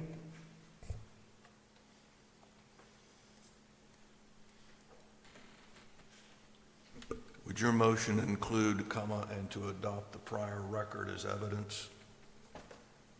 If it needs to do that, sure. It's a public hearing, you need some competent, substantial evidence to support your ordinance, I think, don't you? I'm good with the expedited motion. I absolutely support that, but I'd just say move the record in and get down the road. I understand, yes. And if we can, we need to do ex parte communication. So Well, you're we saying we also- can't just jump ahead and do the motion? We Well, need there are to a go couple through a house- short, okay. There are a couple housekeeping. One, Yeah. did you read the title of the ordinance? An ordinance of the Town of Lake Placid modifying the zoning conditions for property located at 1069 US 27 North, Lake Placid, Florida. That's ordinance number 2025-04. Thank you. Yes. All right, thank you. And if I can, I'll go ahead and get sworn in. Quasi judicial hearing. You solemnly swear or affirm that the testimony you're about to receive, you're about to give, will be the truth, the whole truth, and nothing but the truth. I do. And then I will ask the town council members if they've had any ex parte communication regarding this hearing, starting with Councilwoman Eberhardt. None. Thank you. Mayor Holbrook. No. Thank you. Councilwoman Hayes. No, Thank you. And Councilwoman Charles. No. Thank you. Then the motion to to adopt the prior record and approve and adopt the ordinance, correct? Correct. so move. Done. Second. Okay, we have a motion and a second. Any further discussion on the podium? The only question would be no changes since the first reading. No changes. LPA had no changes. Okay? Take it to the audience. Seeing none, bring it back. Poll the council. Councilmember Hayes, Yes. Councilmember Eberhardt, Yes. Councilmember Charles. Yes. Thank you.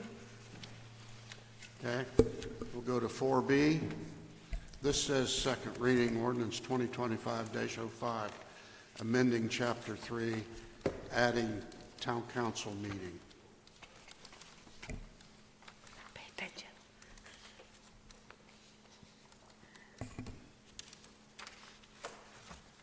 Is that the title of the ordinance or just? I don't see a title. You place that on the agenda, that's your It thing. just says second reading ordinance 2025-05, amending Chapter 3. Scroll, if you would, there'd be. Is there more down? Oh, here we go. Yeah. Ordinance number 2025-5, ordinance of the Town of Lake Placid amending Chapter 3 of the Town Code by adding a town council meeting on the fourth Monday of each month and providing an effective date. And that should be the third Monday. My apologies, I've changed it in the guts, but forgot the title. Oh, it should be the third, not the fourth. Yes. Didn't I say that? I was just thinking it would be the fourth because it would give staff more time to work between the second and the, There's The a, fourth there's a part. conflict in the document, we decided on the third? I think we did. but the header says the 4th. That's, was my point. The title, I think we changed it from the fourth to To the the third. third, we did. Got the change in the body of the ordinance, but not of the title. So the title should be amended to say the fourth, and then the ordinance would be unless you want changes. No, you just said that backwards. You just said it backwards. Somebody else read the darn thing. It should say, ordinance of the Town of Lake Placid amending Chapter 3 of the Town Code by adding a town council meeting on the third Monday of each month and providing an effective date. Correct. And I will make that motion. Okay. And second. Do what? Did you second? Okay. Oh, is that, okay. So we have a motion and a second. All right, any further discussion?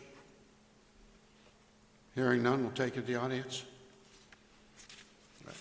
Nobody coming forward, poll the council. Councilmember Hayes? Yes. Councilmember Eberhardt? Yes. Councilmember Charles? Yes. All right.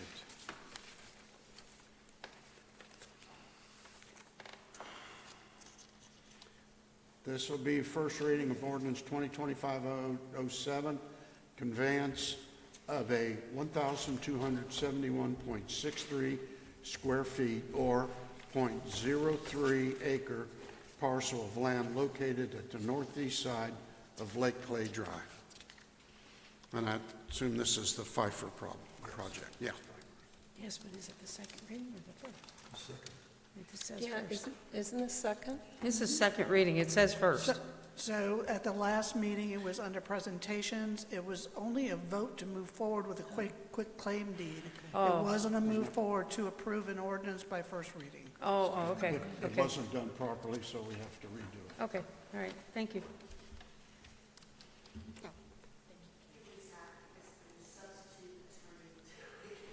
I don't think You're not on, Kim. Your mic's Your not on. mic's not on, Kim. Now is it on? Oh, There you I guess go. I don't push the button. Okay. Kimberly Sapp, representing the town of Lake Placid at the request of the Pfeiffer's family to convey by quitclaim deed a .03 acre piece of property that was, for whatever reason, left on the wrong side of the road when they built Lake Clay Drive. I know town administrator presented last week or last meeting the history of it. The research I did on behalf of the town found that I couldn't find any reason why this piece of property would have been left on the wrong side of the road, and it's not large enough for any type of development. The Pfeiffer's or DP Partners have been paying taxes on it since what we could tell from the 70s, when the property appraiser just included it as part of their larger tract. So my recommendation was for the town to approve by reading by ordinance, which is how the town has to do any conveyance of real property, conveying this property to DP Partners by quitclaim deed.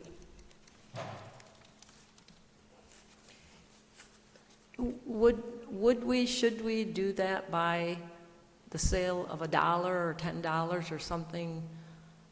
You don't have to. I mean, you're conveying by a quitclaim deed, you can.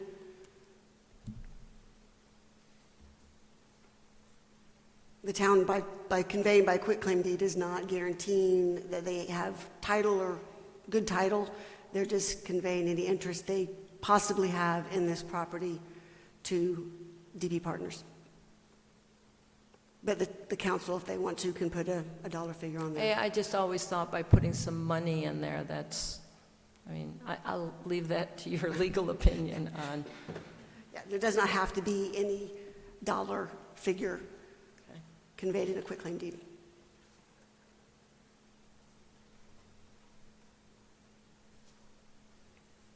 Do you have any other questions as far as? Yeah, I just need a motion a second. So we just need a motion to, I don't see recommended motion on here. To First adopt, read. to adopt on first reading. To adopt on first reading. Ordinance 2025-07. Yeah. I'll make a motion to adopt on first reading ordinance 2025-07, conveyance of a 1,271.63 square feet or .03 acre parcel of land located on the northwest side of Lake Clay Drive. No second. All right, we have a motion and a second. Any further discussion from the podium? Hearing none, take it to the audience. Seeing none, bring it back, poll the council. Councilmember Charles? Yes. Councilmember Hayes? Yes. Councilmember Eberhardt? Yes. Okay. Yeah, you want to?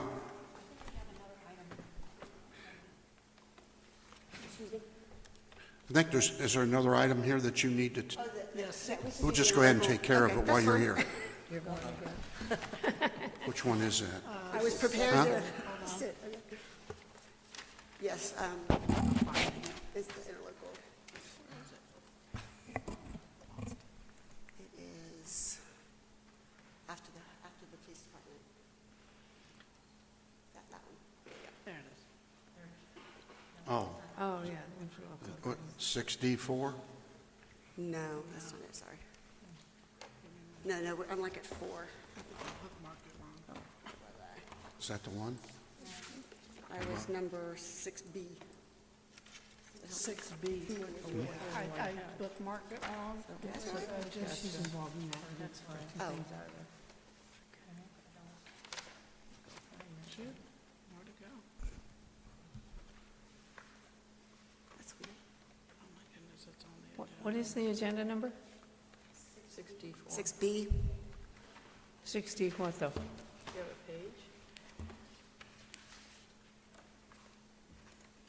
Give me 1 second. It's on the agenda under 6B1.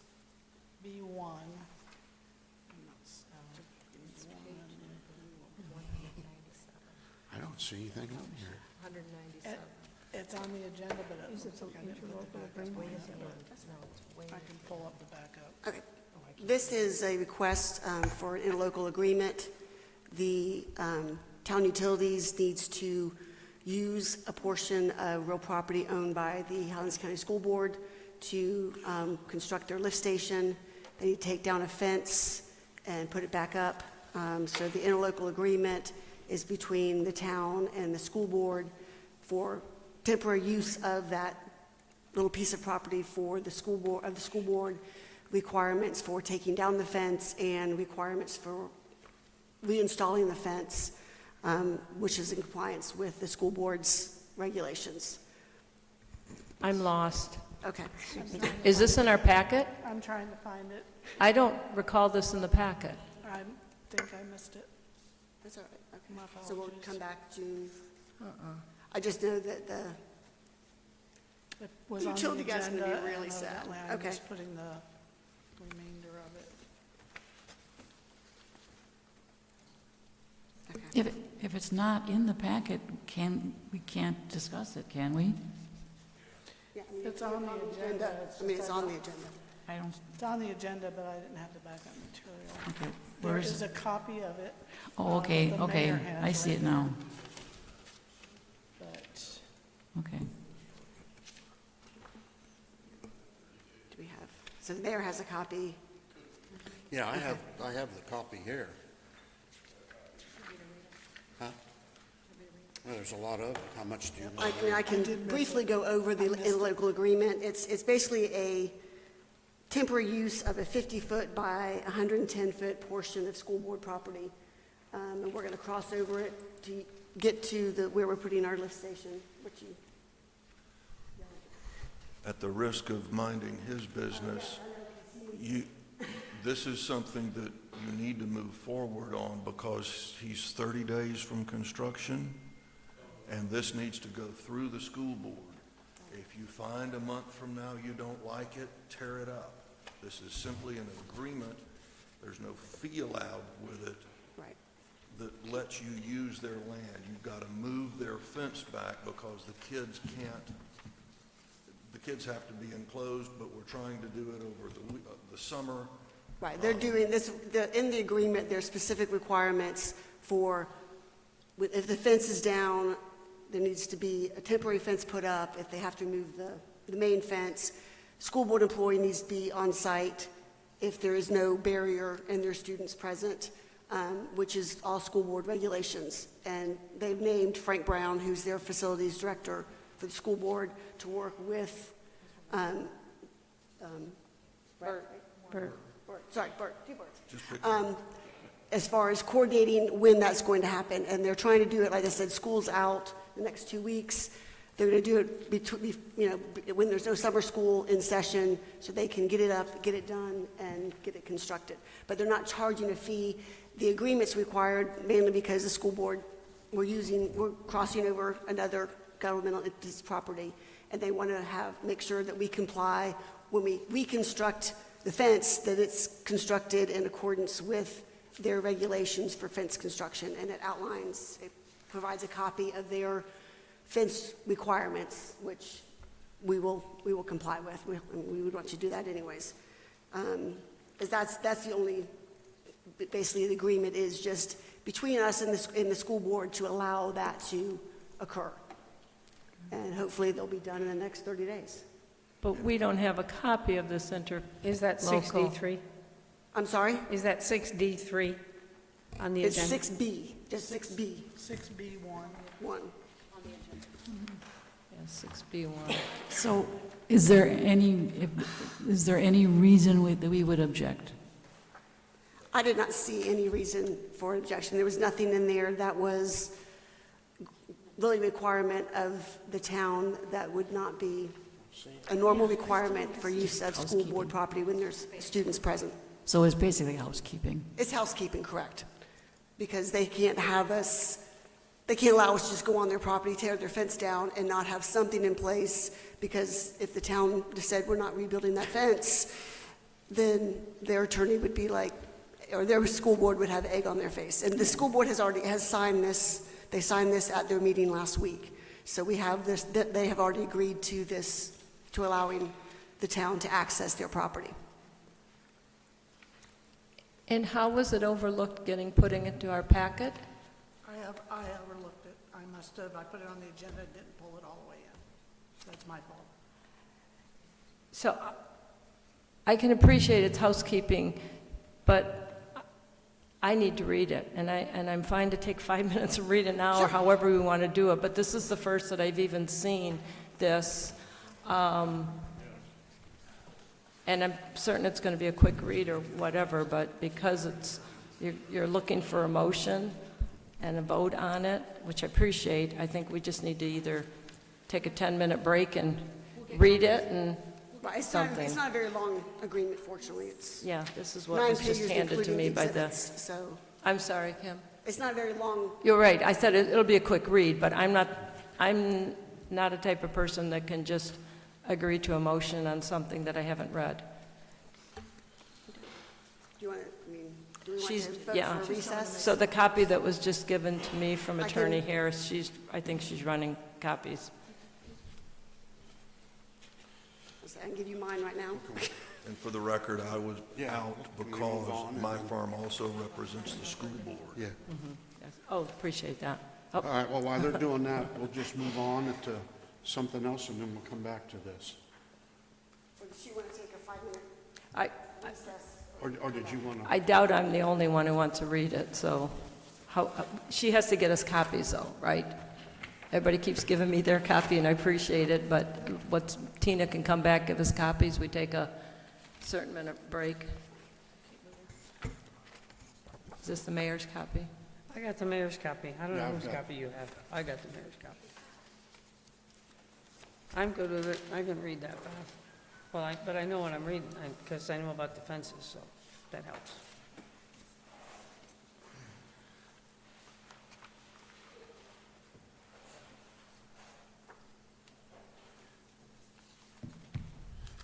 So what are we doing? We're pausing for copies and Okay. for time for Ms. Oh, I Charles to thought we were read going to it. go on to another one, okay.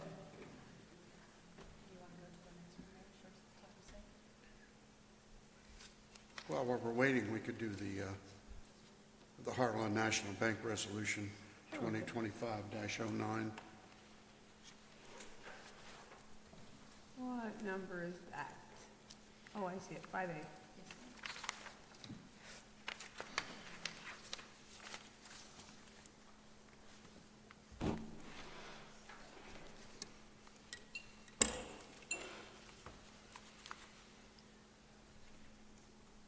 The Heartland National Bank resolution should be very easy. It's basically just giving town staff authorization to upload files. So they just wanted a resolution to say that it doesn't have to be a member who can actually sign checks, but just staff to do an upload of the files. So I'm not supportive of this because of segregation of duties. So we're saying whoever processes the payroll would then process the payments, whoever processes the accounts payable would then take the file. So that's a segregation of duty issue. Yes. I recognize that today the signers are you, the mayor, and the vice mayor, and that there may be absences of that, but typically you'd work around that, right? And that if you know you're going to be gone during payroll upload day, then you'd alert another signer to be able to validate the amounts in that. So to me, I'm not supportive for segregation of duties issues. And I'm fine with the motion too, that you had the optional motion where it just said council approves the motion for only the account signers to approve the upload file, which staff is to provide information to the town clerk or the mayor to verify the bank, and then due to availability and uncontrolled absences, delays would arise. I think we can overcome that by letting people know when you wouldn't be there, and then you'd have the backup person. Right, but it'd just be, you doing option number 1? I do not support option number 1, where the person who does payroll or the person who does payables or other checks also is the one uploading to the bank. Okay. It should be the check signers. And then have a process in place when they're not available during, I call it upload day, the due date that you uploaded, then you make sure you have the person of the 3 check signers available to do that.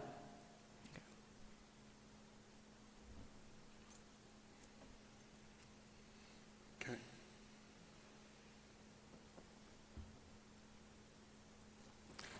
I'll go ahead and then make that motion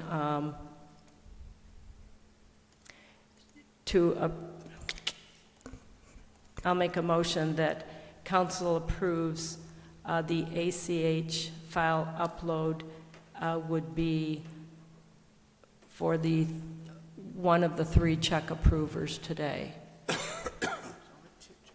Which option is it? Is it? It's your optional. 2? Well, you're calling, yeah, is it 3? So your option 1 is the receivables, payables, and payroll people. I don't support that. Your option 2 is, well, it's just you, but if you're not there, it needs to be one of your alternate, which is, Well, so there's 3 things happening here. We got payroll, then we got the payables, and we also have billing. right. So, All 3 are ACH uploads though, right? and 3 different people. Right. Mhm. And those 3 people are proving those, and they can't, I'm saying, I don't support, it's as a segregation of duty violation, them also call it writing the check, which is uploading the file. It's one of the things that they already doing right now. That's a problem, and it was back in, 2023, and then that's when we found, when we changed over to Heartland, that we changed the bank signatories, to be yourself, where we took the town administrator off, because he also approves them. So we cleaned that up then.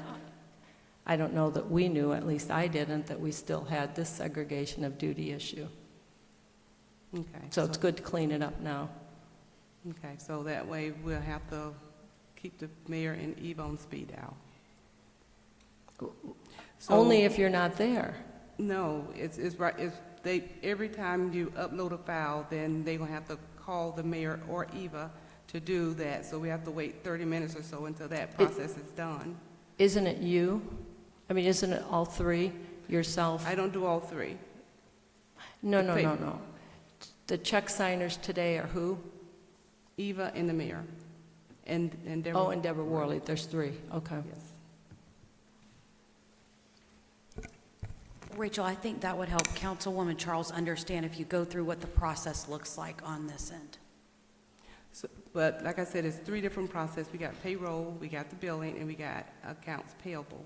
So when we pay, it's sort of like in one setting we can create the file in ADG as far as, there is approval process through that process because you have to do the requisition of what have you. So it goes through the directors, it goes through Charlotte, as far as approval at that point. So once you get all that and you process the payments, then it creates a file. So the only thing you're doing is uploading so that you can pay people with NOD, or you can pay for the vendors, or you can do a process billing so that you can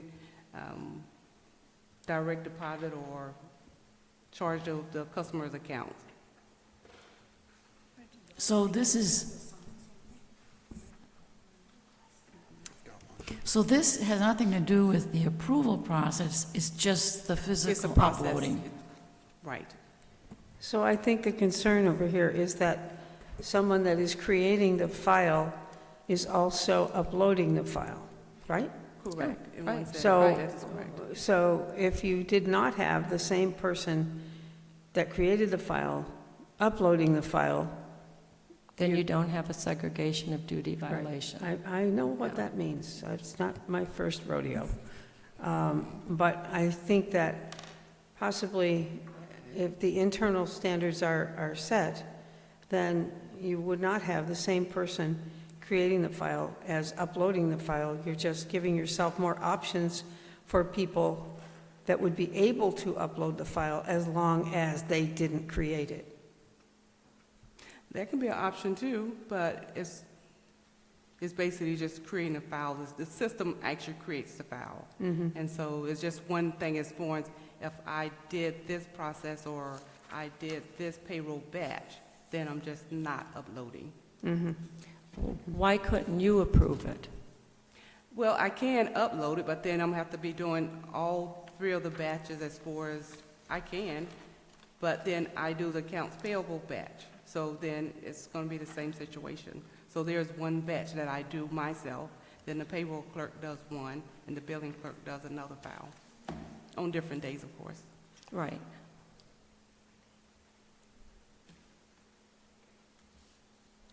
So just need to know how comfortable you is with that, and who would you like to upload the files?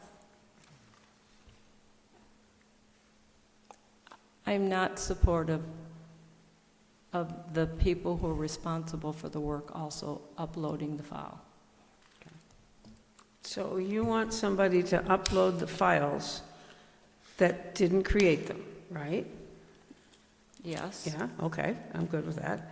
So if a receivable clerk uploads the receivables, why couldn't the finance director approve the transfer? That's what I just said. That's Okay. fine. Okay.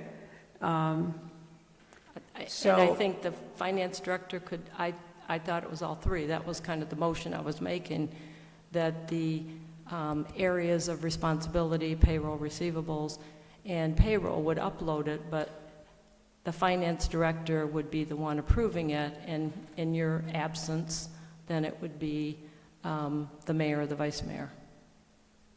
That was where I was going at first, but I thought somebody said no to that. I just think from as far as I'm concerned, I didn't understand it that way. So the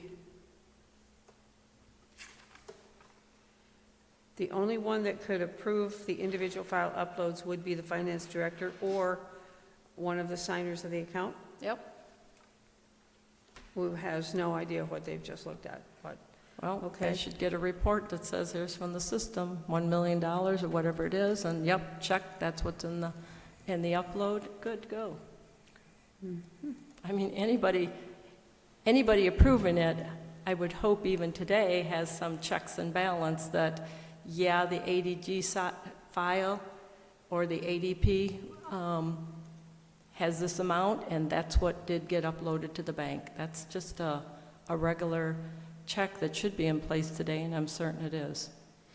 There's a report that every time you create a file, you can report kind of parallel the file to tell you what it really means and how much you're paying and how many vendors you're paying and what you're paying them. So there's a report that can be provided. But it's sort of like they're too kind of responsible for their work. Just because the file got created with the right amount, sometimes you have to make sure that the transaction is also correct in there. So it kind of holds staff responsible for their work. So that's why we kind of did it how we do it now. But I'm okay with the, verifying every upload. May I ask a question? How much extra work, though, is that going to put on you when you're already understaffed and have an inability for us to meet expectations? I think it's going to be more so timing. Correct. Because say, for instance, like with payroll, you have to make sure you put it in before 2 o'clock. Right. And then if they don't have time to, and I'm processing it around 2 o'clock, and then it's the person, or if I'm not there, then it could be a timing issue. So more of a timing than anything.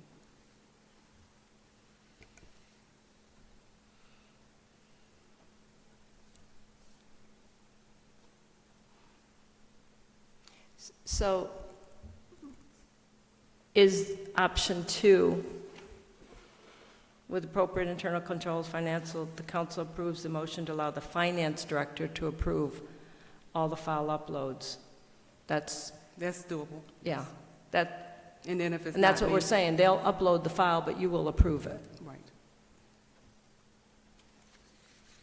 Do you think we need to put in there, in the absence of the finance director, who would be the next in line to approve that? Because what if she's sick that day? Then it'd be a check signer. Right. What? Then it will be a check signer. So it'll be either the mayor or, Okay, but don't we have to say that? no, because we can put it on the contract itself.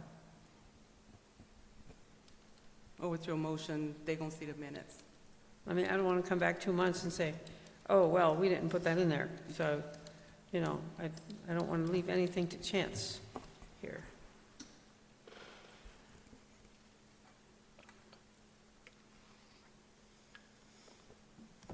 I still think we ought to have a sentence in there that says, in the absence of in the absence or inability of the finance director, that the town clerk or mayor would approve these file uploads. Yep, that'll work too. Are you good with that? So let me make a stab at another motion. I'm sorry? I'm just, no, good, go ahead. Go ahead. With appropriate internal controls, financial safeguards, and cybersecurity in place, council approves the motion to allow the finance director to approve all file uploads, which the bank will call for verification, and is aware that there may be some delays. And I don't think which the bank will call for verification. In the event the finance director is on vacation or out of the office, then the approvers would resort to the existing check signers. Perfect. I like that. Have you made that motion? Are you making that motion? I just made it. I'll second that motion. Okay, that's what I thought you did, but I Sorry. wasn't sure. I wanted to be sure too. Yeah. Okay. So we're getting we're taking that delays in processing out of there. We don't need that. Okay. Yeah, I'm good. Okay, so we have a motion and a second. Any further discussion? Hearing none from the podium, I'll take it to the audience. Bring it back, poll the council. Councilmember Charles? Yes. Councilmember Hayes? Yes. Councilmember Eberhardt? Yes. Okay. What do we want to do? Keep going or? Yeah, let's take a few minutes break. That way you can read over that and then we can discuss that after the break.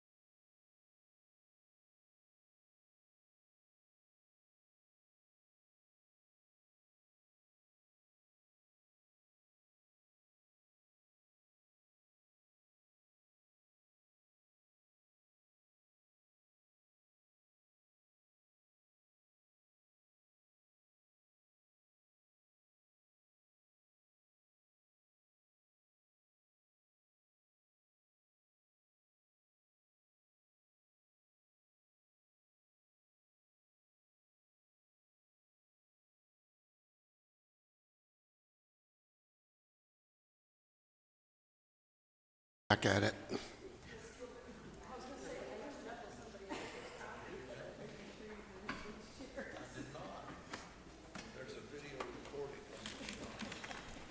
My memory's not that good.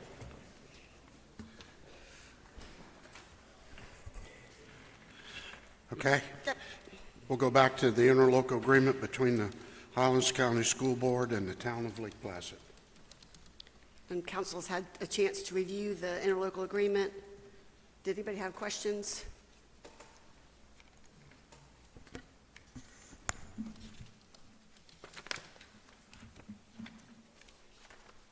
I would recommend that somebody present a motion to approve it and allow the mayor to sign.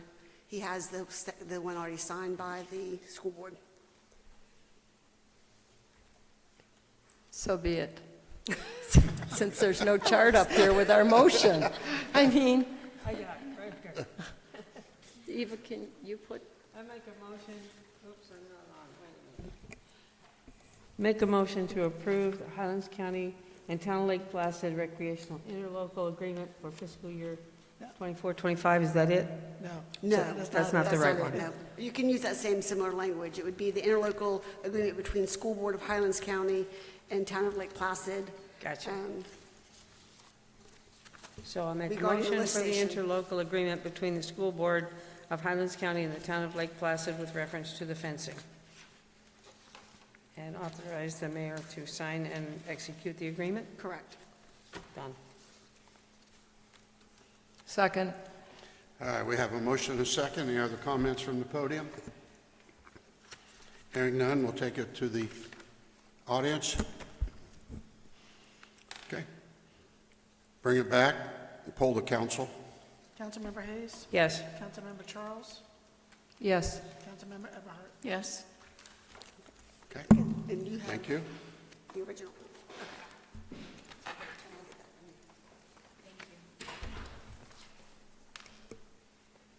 Okey-dokey.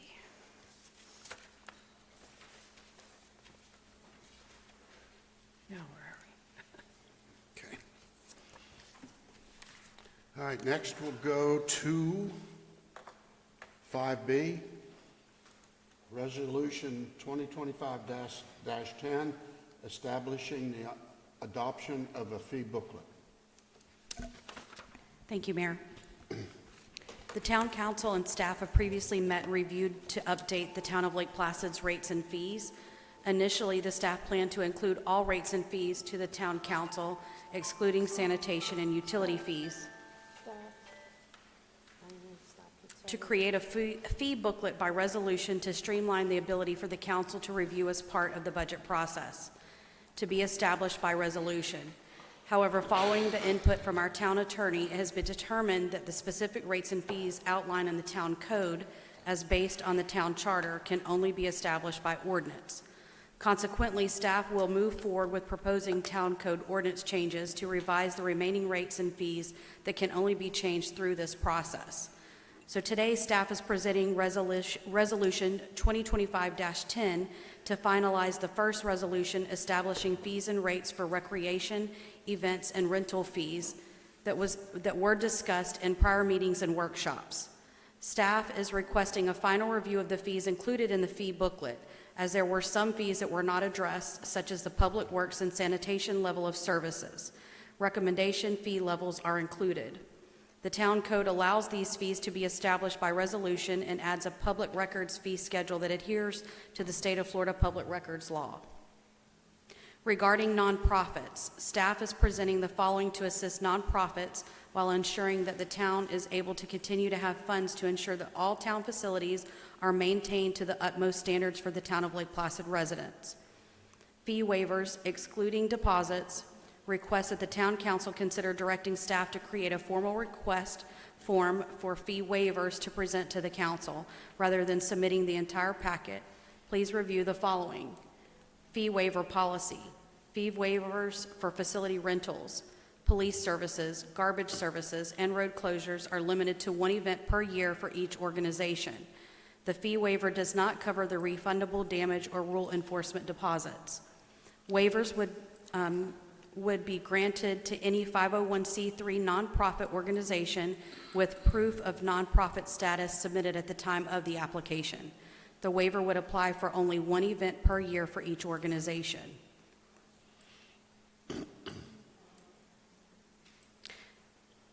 And that is listed in here for you for review.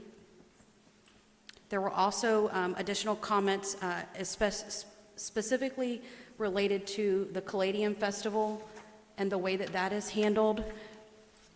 We would consider that what they call a legacy event. A legacy event would be considered something that is 10 years or older, and especially when it helps to identify us as the town of Lake Placid, which is considered the Caladium capital.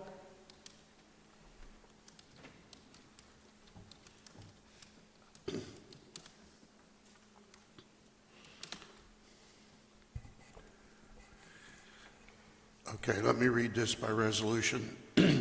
Lake Placid Town Council, Resolution 2025-10.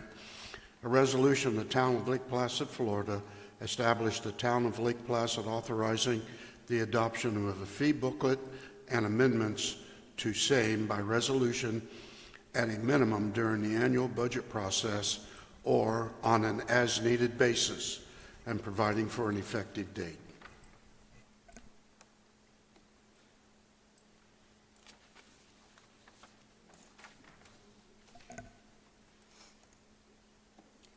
We're available to answer any questions. So you've packed a lot into this. And in your statement here, you've packed in a lot, which a lot of it needs to be broken down. But we had a fee workshop, right? We spent 2 hours at a fee workshop. And I'm not seeing kind of some of the things that we did. We talked about like the renting of the conference room, right? Here at the Government Center, the community room and that. And we talked about if it's just somebody needing to use it for a meeting, you know, the table and chairs versus an event. And I don't see that broken out here. We kind of spent a lot of time. I know that a lot of feedback I had was just organizations once a year using the community, these are town residents, once a year using the community room. And now what we're saying is it goes from $50 a year, which a lot of these just use it once so they don't pay anything, to $100. So it's like, I mean, these are some huge, Stewart Park's going from $50 to $150 if you're a town resident. I don't know how we came up with 300% increases on some of these parks. We didn't discuss these park fees in that workshop. We discussed business licenses and we discussed, you know, these meetings in these rooms and that.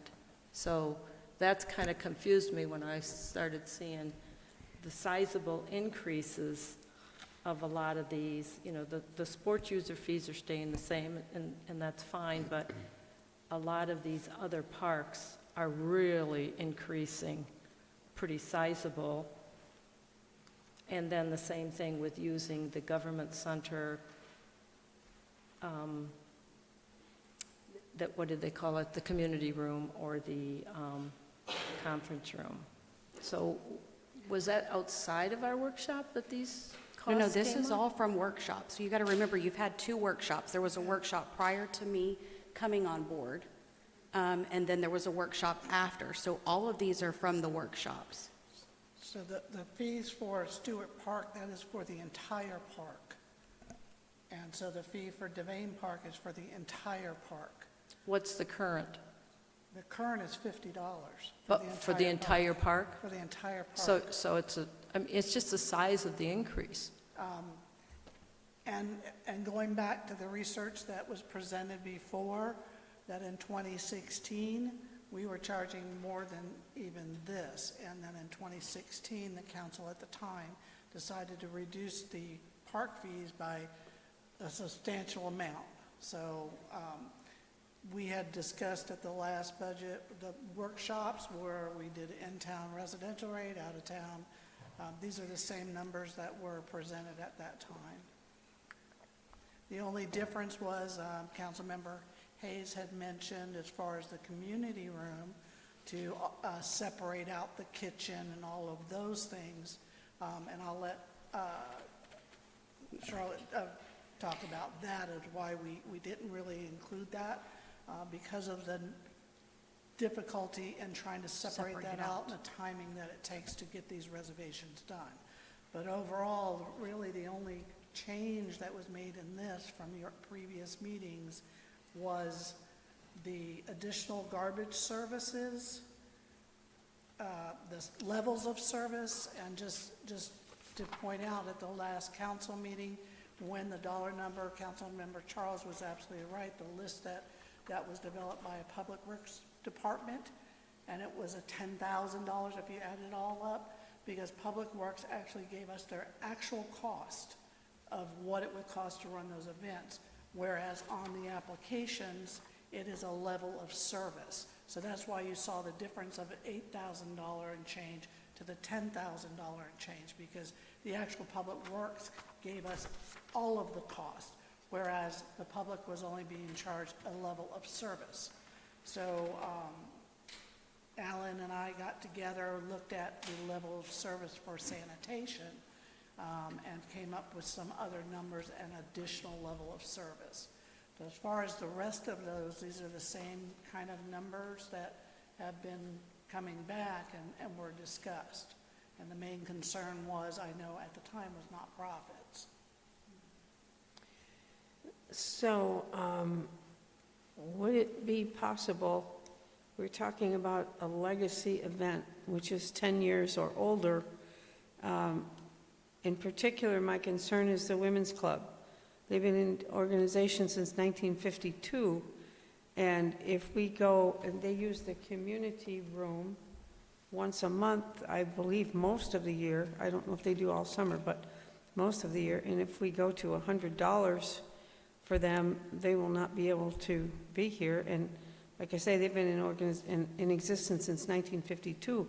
I don't know if that's the right thing to do to these people that are town residents, or maybe they don't, all live right in the town, but they're like Placid area. And the garden club's great, but what the issue, and just pointing out, and I understand that, trust me. Right now, we have the garden club that meets weekly. We've now had to have a church event that comes now weekly. They don't pay anything. We got 2 church events. Yeah, but how long have they been coming?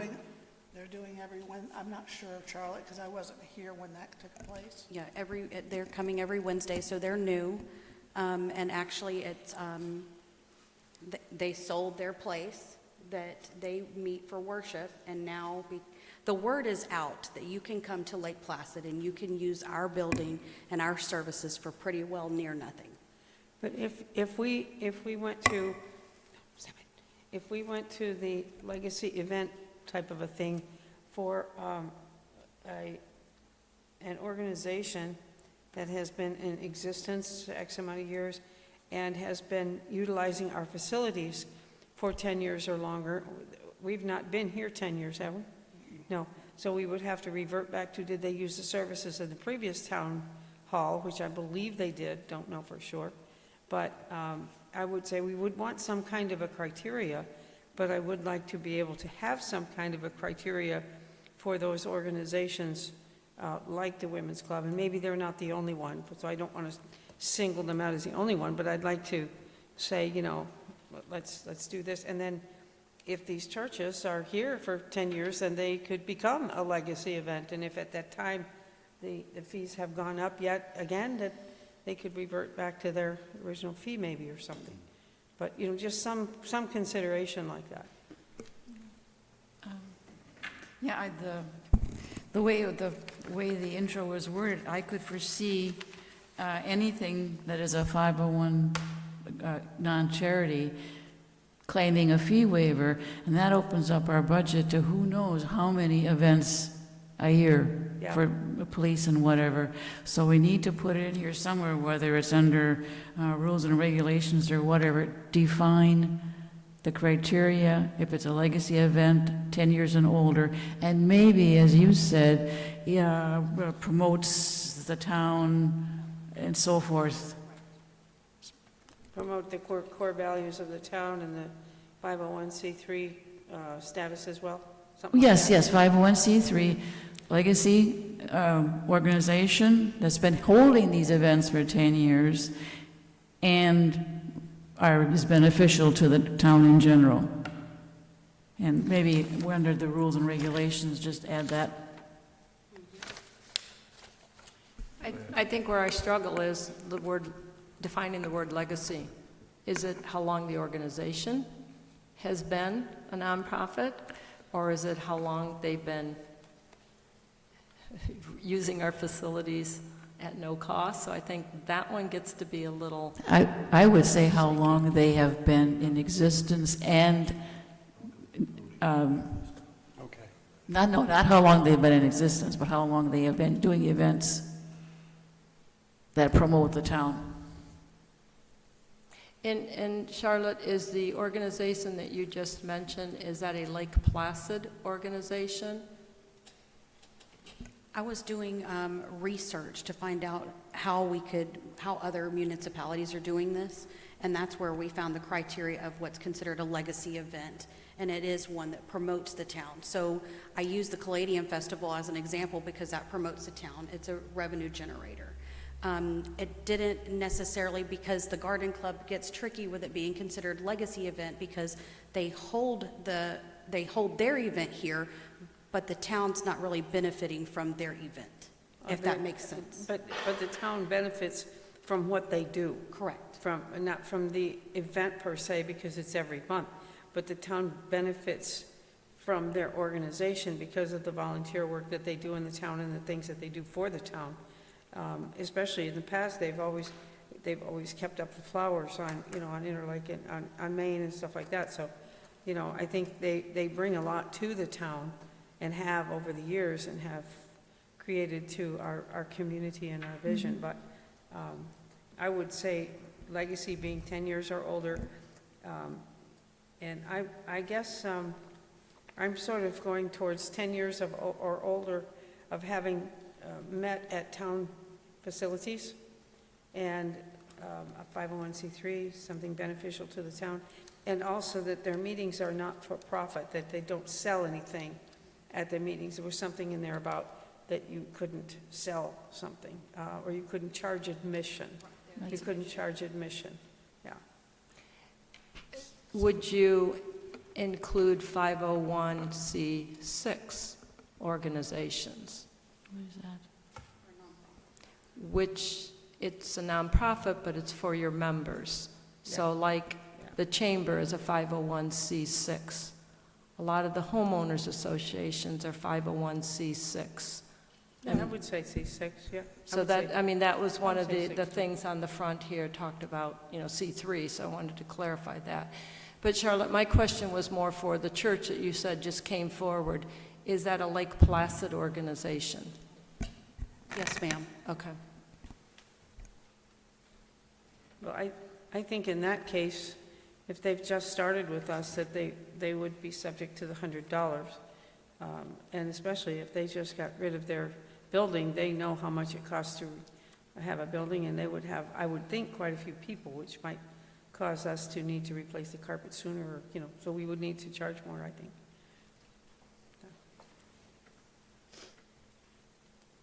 I wanted to speak as a member of the community for a change.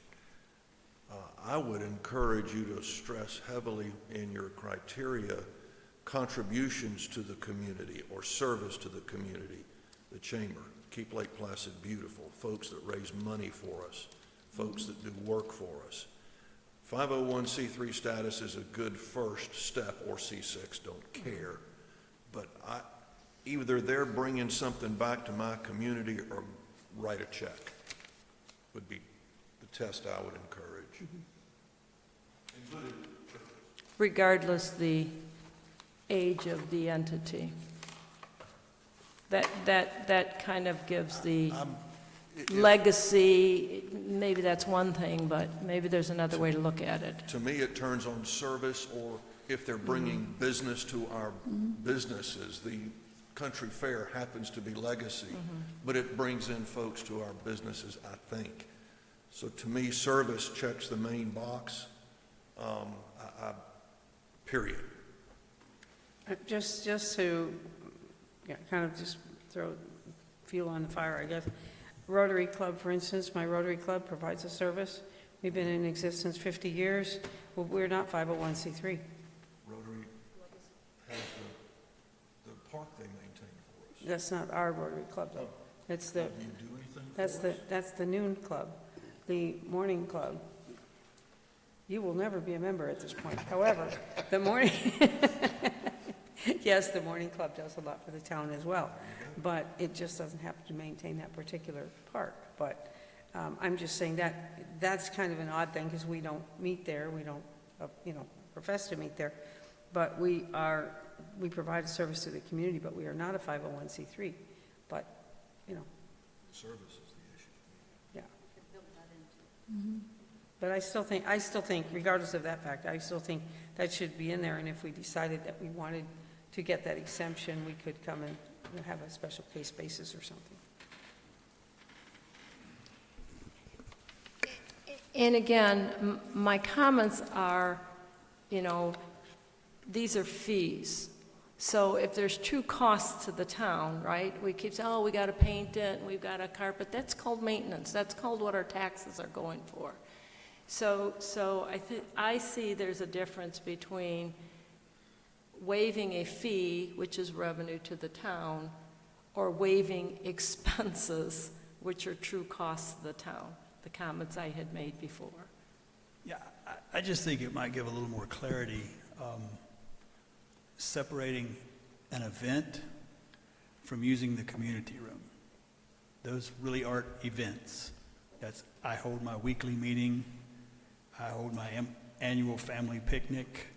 Those aren't what I would describe as an event. The other things that do take place around town outside of the government center, those would, to me, would fall more in line with events. So I think you're kind of talking about two separate activities and entities and trying to put it under one umbrella. So I think if you pulled those two apart, we have a community meeting room that's available for a fee. And because, and you do need to maintain that room, and yes, replacing carpet is part of the maintenance, but also making it available to the public increases that maintenance. So there's got to be some type of offset there for that, especially since, I don't know it for a fact, but I think probably a very large percentage are not tax-paying town residents that are taking advantage of using this room as well. I know some organizations that do that, and quite frankly, they think it's the greatest thing in the world. They get a nice room with a kitchen, they go in and use it, and it's free. That's just like you say, you're waiving cost of services, for the outside events with the garbage and the public works and the law enforcement. You're basically doing the same thing here. If you're giving them this room and the equipment, you're giving away that service as well. And it all does need to be reined in and gotten under control, but I think it would give you a little more clarity to separate those two, events, parks, street closures versus just a community room where a multitude of things occur. And thank you for that. And at the workshop, we even went further for the community center. We broke that into two ways. One, just a meeting, table and chairs, and two, the people that have weddings, parties, and that's an event, right, at the community center, that there should be a charge to that, because if they went to a hall, they would be having that charge. So that was kind of where I didn't see that in here, where we broke down just somebody who wants to use the room for their, call it annual HOA meeting, or their 9 times a year garden club meeting, where they're just using the table and chairs, versus I want it on the weekend for a wedding, for my organization's Christmas party. They're going to use the kitchen, they're going to use other things. That's a hall rental type of expense. And I do agree with that. And as a business owner who does produce events and has a venue, it's difficult for me to compete with free. But even though it's not free, somebody's paying for it, but the consumer's typically not paying for it. Yeah, I think there's a provision that says level 4, level 5, but I think that only references picking up garbage and things like that, but It concerns me a lot, having managed clubs in the past and having these quinces and all these things, and there's a provision in there somewhere where if you have juveniles, you have to have police, and that was always a rule at my place. If you had 100 people, you had to have, I had to have an officer, and if there was 100 kids, I had to have 2. Because, you have to supervise the kids because you're on your property, so that, I don't have any problem with any of those fees as high as they are, because they've got to go somewhere. So we have to make sure that our building stays intact and that our people that use it are safe and they're not doing something stupid. And Councilmember Hayes, it is in the rules. We did include, did you see, under police and road closures, that if there is an event, a required event, is going to draw large crowds or fall outside the scope of the facility, or parties for use in teens, may require off-duty officers to work the event. Right, I remember reading that. We did include that in that. Yeah, I remember reading it somewhere, I just wasn't sure where, but thank you, yeah.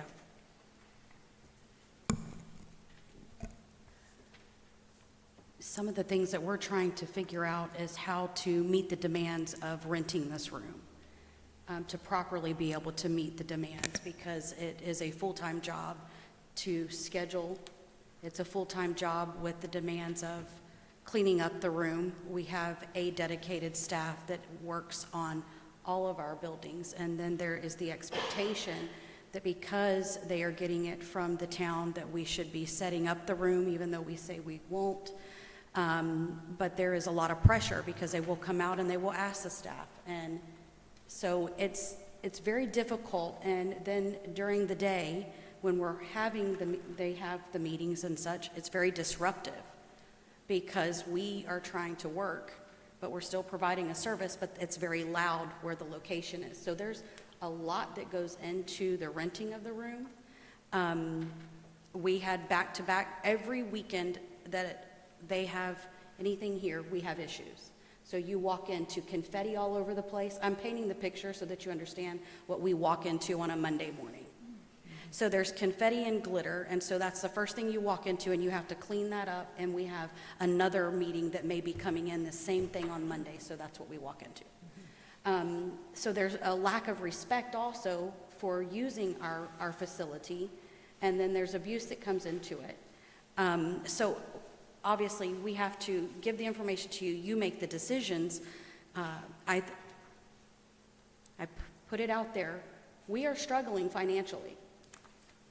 And so if we continue to give things away at little to no cost, when we're being asked why we're not updating the parks or why we don't have money to buy certain things, we said we went from 2016 where we used to charge way more than we're even charging right now. And so if you think about how that pocket of money could have built up from 2016 to now, but we're trying to meet the demands. So we need to know what council really wants from us, because we are shooting in the dark. We really are. We depend on What was the thinking of the 2016 massive reduction in fees? I wasn't here. I just Mr. see Mayor, where do you recall? They dropped it, reduced it. Mr. Mayor, do you recall? No. He's shaking his head, I think it was. No, I don't. I'm on another, one more different comment. But to your Slightly. point, that's not addressing it in here, the confetti and the mess when you come in on Monday, which is back to the events, not I had a meeting, I used the chairs, and that was it.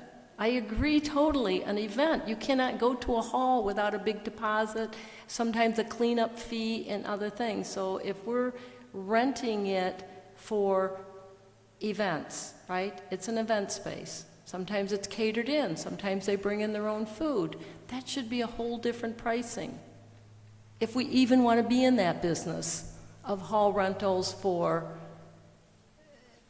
parties, weddings, showers, Christmas parties, etc. And I think that Don't want to compete with you.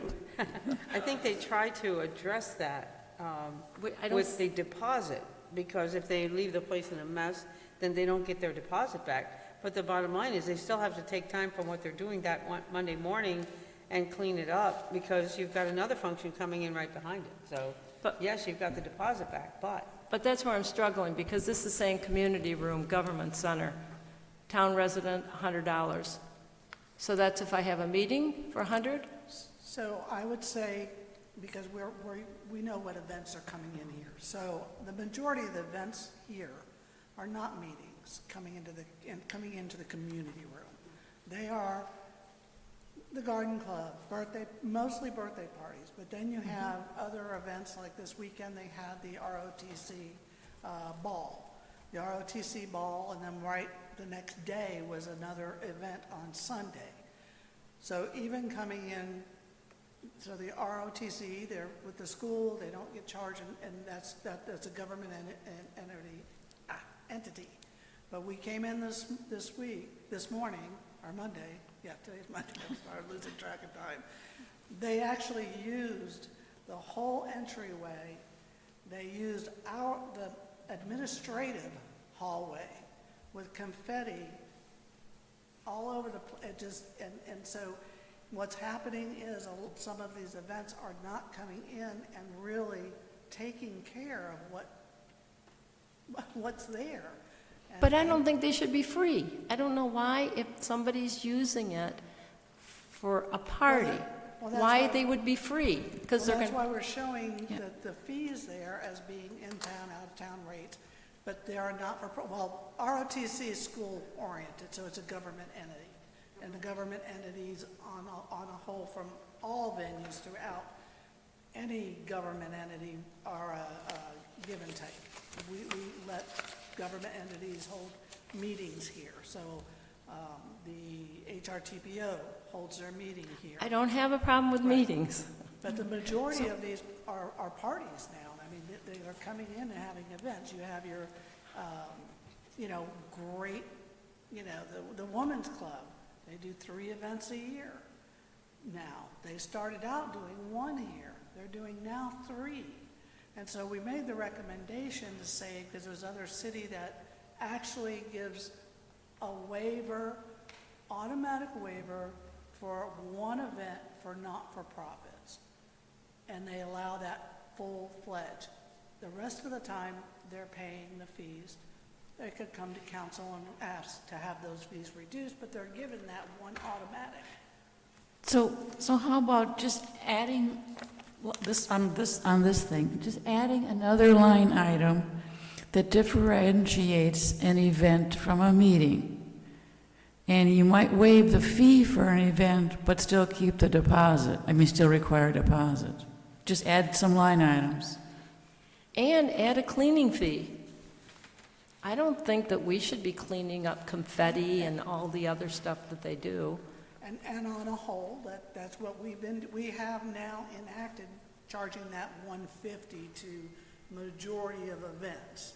But it's been very hard for staff to because of the way it's been done with no consistency. And that's been the whole thing. It's about trying to get a fee scale, try to get something that we can say to all events.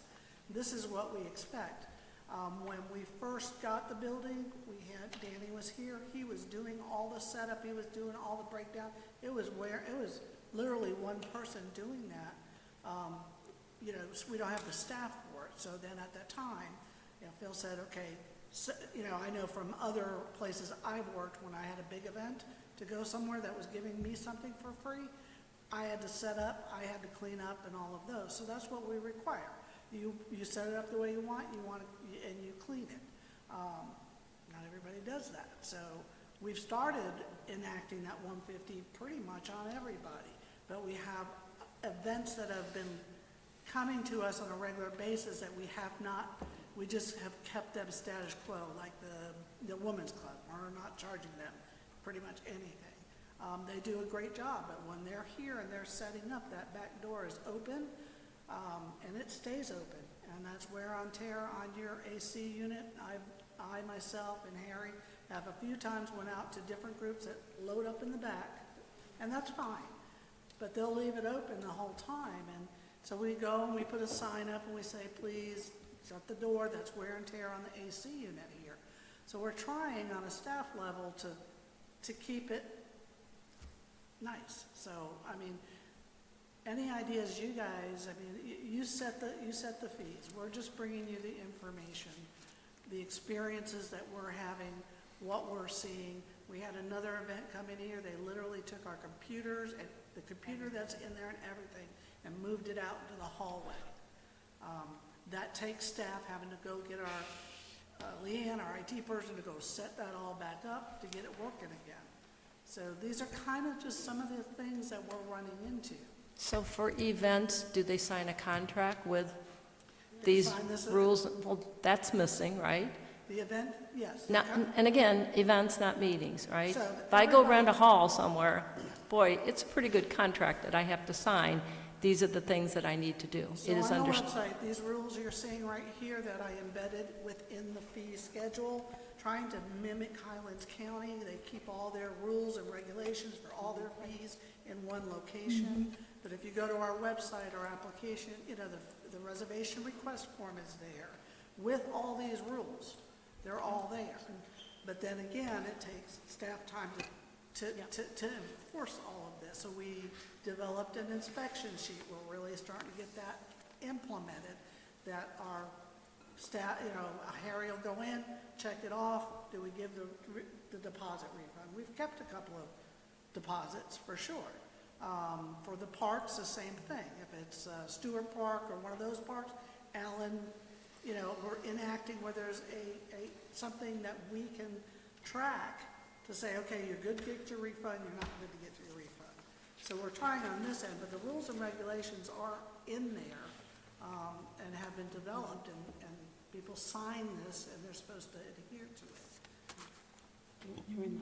Legal opinion, if they disrespect our facility, if they decline to clean up, tell them not to come back. So we've had 2 events that we won't have them back yet. We have it stipulated that. We had one wedding that the folks actually left it a complete disaster. We will not allow them to come back in.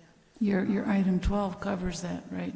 Your item 12 says anyone not complying will forfeit their, and will not be granted use. Correct. We had another group come in here. They literally told you, do not put push pins, do not, you know, they thought that it was okay to put push pins in holes that were already there. So, I mean, just giving you some ideas and trying. If you get a chance individually, go in, look at the carpeting. The carpeting is going to need to be redone. Right now, we just tracked, we thought it was this last event. There's like a line of whatever spilt all the way out the door. We can't decipher which event did that, but it's there. So it's a whole line of just stain that goes from, like somebody dragged maybe, you know, a cooler or something that had something in there. So that's all we're trying to do is just, you know, get some consistency.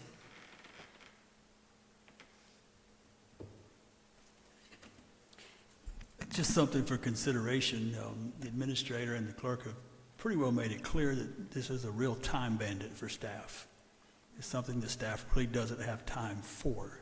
It's not something that the town is in the business of, is doing events. You have the facility, you have the room. Have you ever possibly consider leasing that community room to an event planner on an annual or multi-year basis, whatever, who would pay the town a fee for the room and would be responsible for managing all events? Of course, you would have a contract of what their responsibilities were. That takes the time away from town staff. Probably would make the room, instead of a financial drain, at least a break even or possibly a revenue generator, and have a little bit more uniformity with what takes place in there. Because I could, you know, doing that for a business, I understand every word they're saying. You know, it takes time plus, and people don't respect. Doesn't matter what their deposit is, they still don't respect the property. So if you, just to do a third-party lease out on that, have someone that's going to take care of that run and manage that for the town and be responsible for the fees and responsible for the events and take that burden off of the town staff.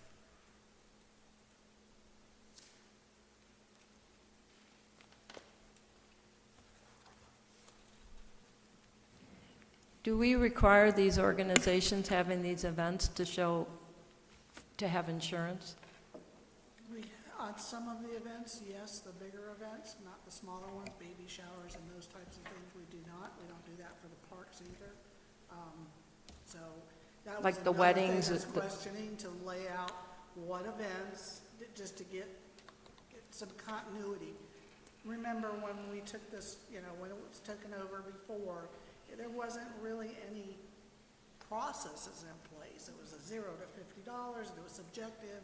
And we want to be fair. If you're going to charge this one, then you charge the other one. If you're not going to charge this one, you don't charge the other, so there was no consistency. Same thing with the requirement for insurance. The garden club gives me insurance, the women's club gives me insurance, the majority of everybody gets insurance. The church group, I don't think we got insurance on that. So, what is the line that you say this is the time you need insurance? Now, our insurance PRM allows us to offer, they can sign up, they pay for it, we don't, but we have that for the events that want to do that. Needs to get event insurance. I just have two things. First of all, I agree with Ms. Charles that we should separate meeting versus event and define it as such, which is what is considered a meeting and what is considered an event. And then we can possibly do fees appropriately based on that.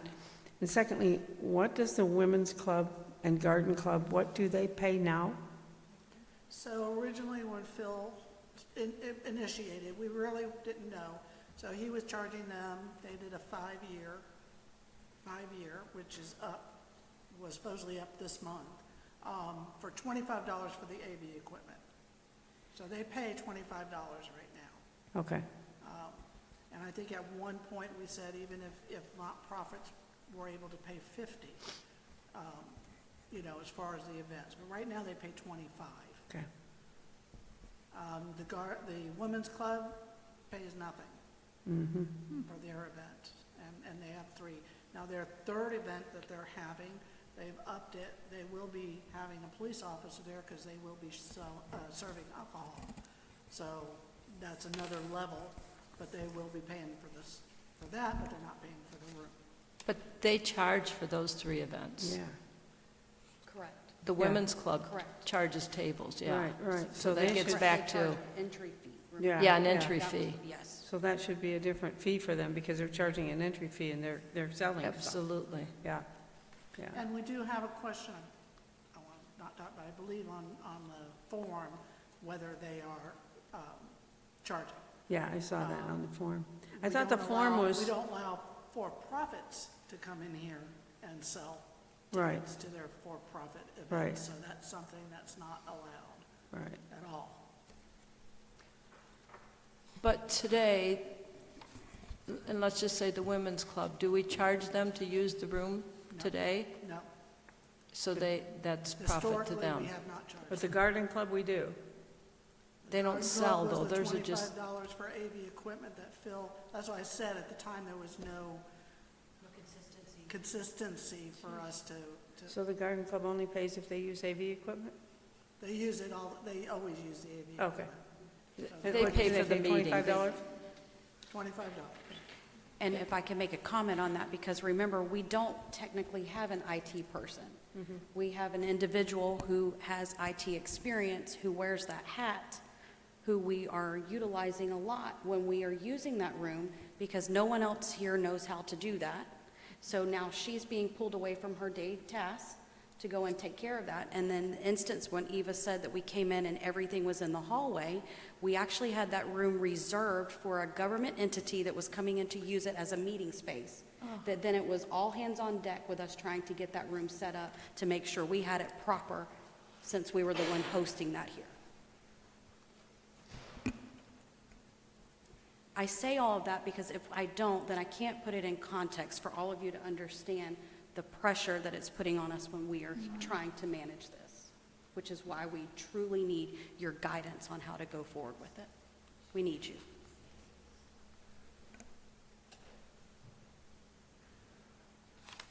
I think you tell us what you need, and then just tell us what you need.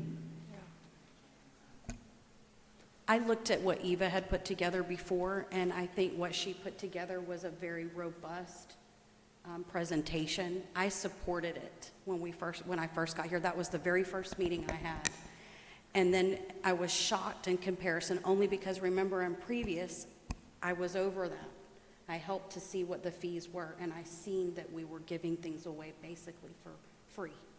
So it's not enough to even pay. I mean, Harry is wearing so many hats just trying to even help manage with that room. And you're talking about at least 3 staff members, I can tell you right now.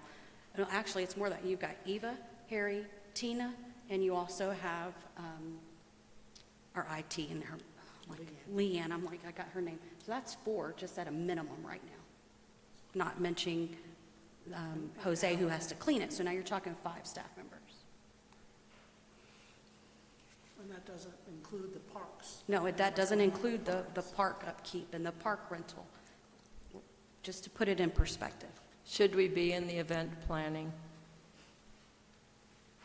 Should we, I mean, listening to all the things that you've just said with, and I'll say the word, the abuse of government property during these events that have grown and got out of control, there's a fundamental question. Should we be in the event rental space? It's not a government service. It's something's got away from us that now we need to talk about. I mean, there's other places that people can rent, and they're going to have to pay for it, and they're going to pay cleaning and deposits, and they're only going to pay for the day that they use it, not what you told us during the workshop. Somebody has an event on Saturday, oh, we allow them Friday to come in and start setting up, and then on Sunday to clean up. That's 3 days for free. I mean, I personally have no problem with let's just not be in the event planning, but only using for meetings.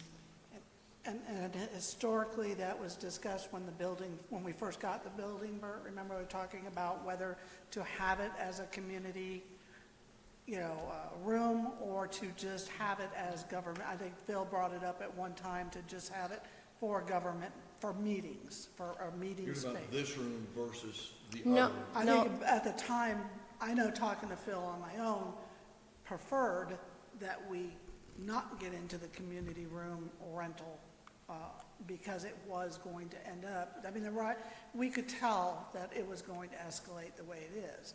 And now when it's out there that we don't charge anything, and believe me, the folks, and a lot of them are wonderful people, I'm not saying anything about that, but they come in like they just paid $300 for this room, and they're very demanding on staff. They want this, they want that, they want us to set up, and they got that room for free. So it's very difficult because as public servants, we want to help. And that's where we started out with this building I know we were very excited as staff when we first got this building. We were very excited to be able to help people. Danny but then it became to the point where oh my goodness, it's a lot. We had 2 events back to back. There's ones now for back-to-back events.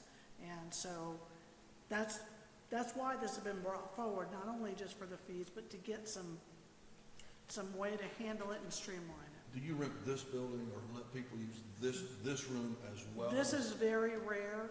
The only time we rent this one, and it's not even rent, we won't even rent this one, is if we have an organization using that room, and HRTPOs had to use this room a couple times because that room was taken.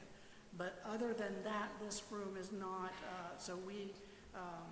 the Highlands County budget folks, when they do their budget presentation through all the cities, they come in here and do presentations. So this room is not used for food and all, it's for meeting space. Down there, we got meeting space. We got the EDC, I think twice a year comes here and has their meeting here. HRTPO has their meeting here. So we've had Central Florida Regional Planning do some of their meetings here. So we do have other government entities that come in and do utilize it. We host the elections here for early voting. So for government entities, we are, partners. It becomes the other areas that have been.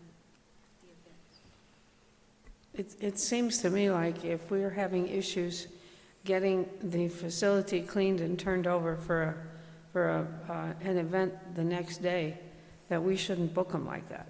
Well, Tina and I, just so you know, we were going to get with Charlotte because that happened this weekend, and Tina and I were just talking about that today, and I said, well, we may have to get with Charlotte and say, we don't rent on Sundays, period.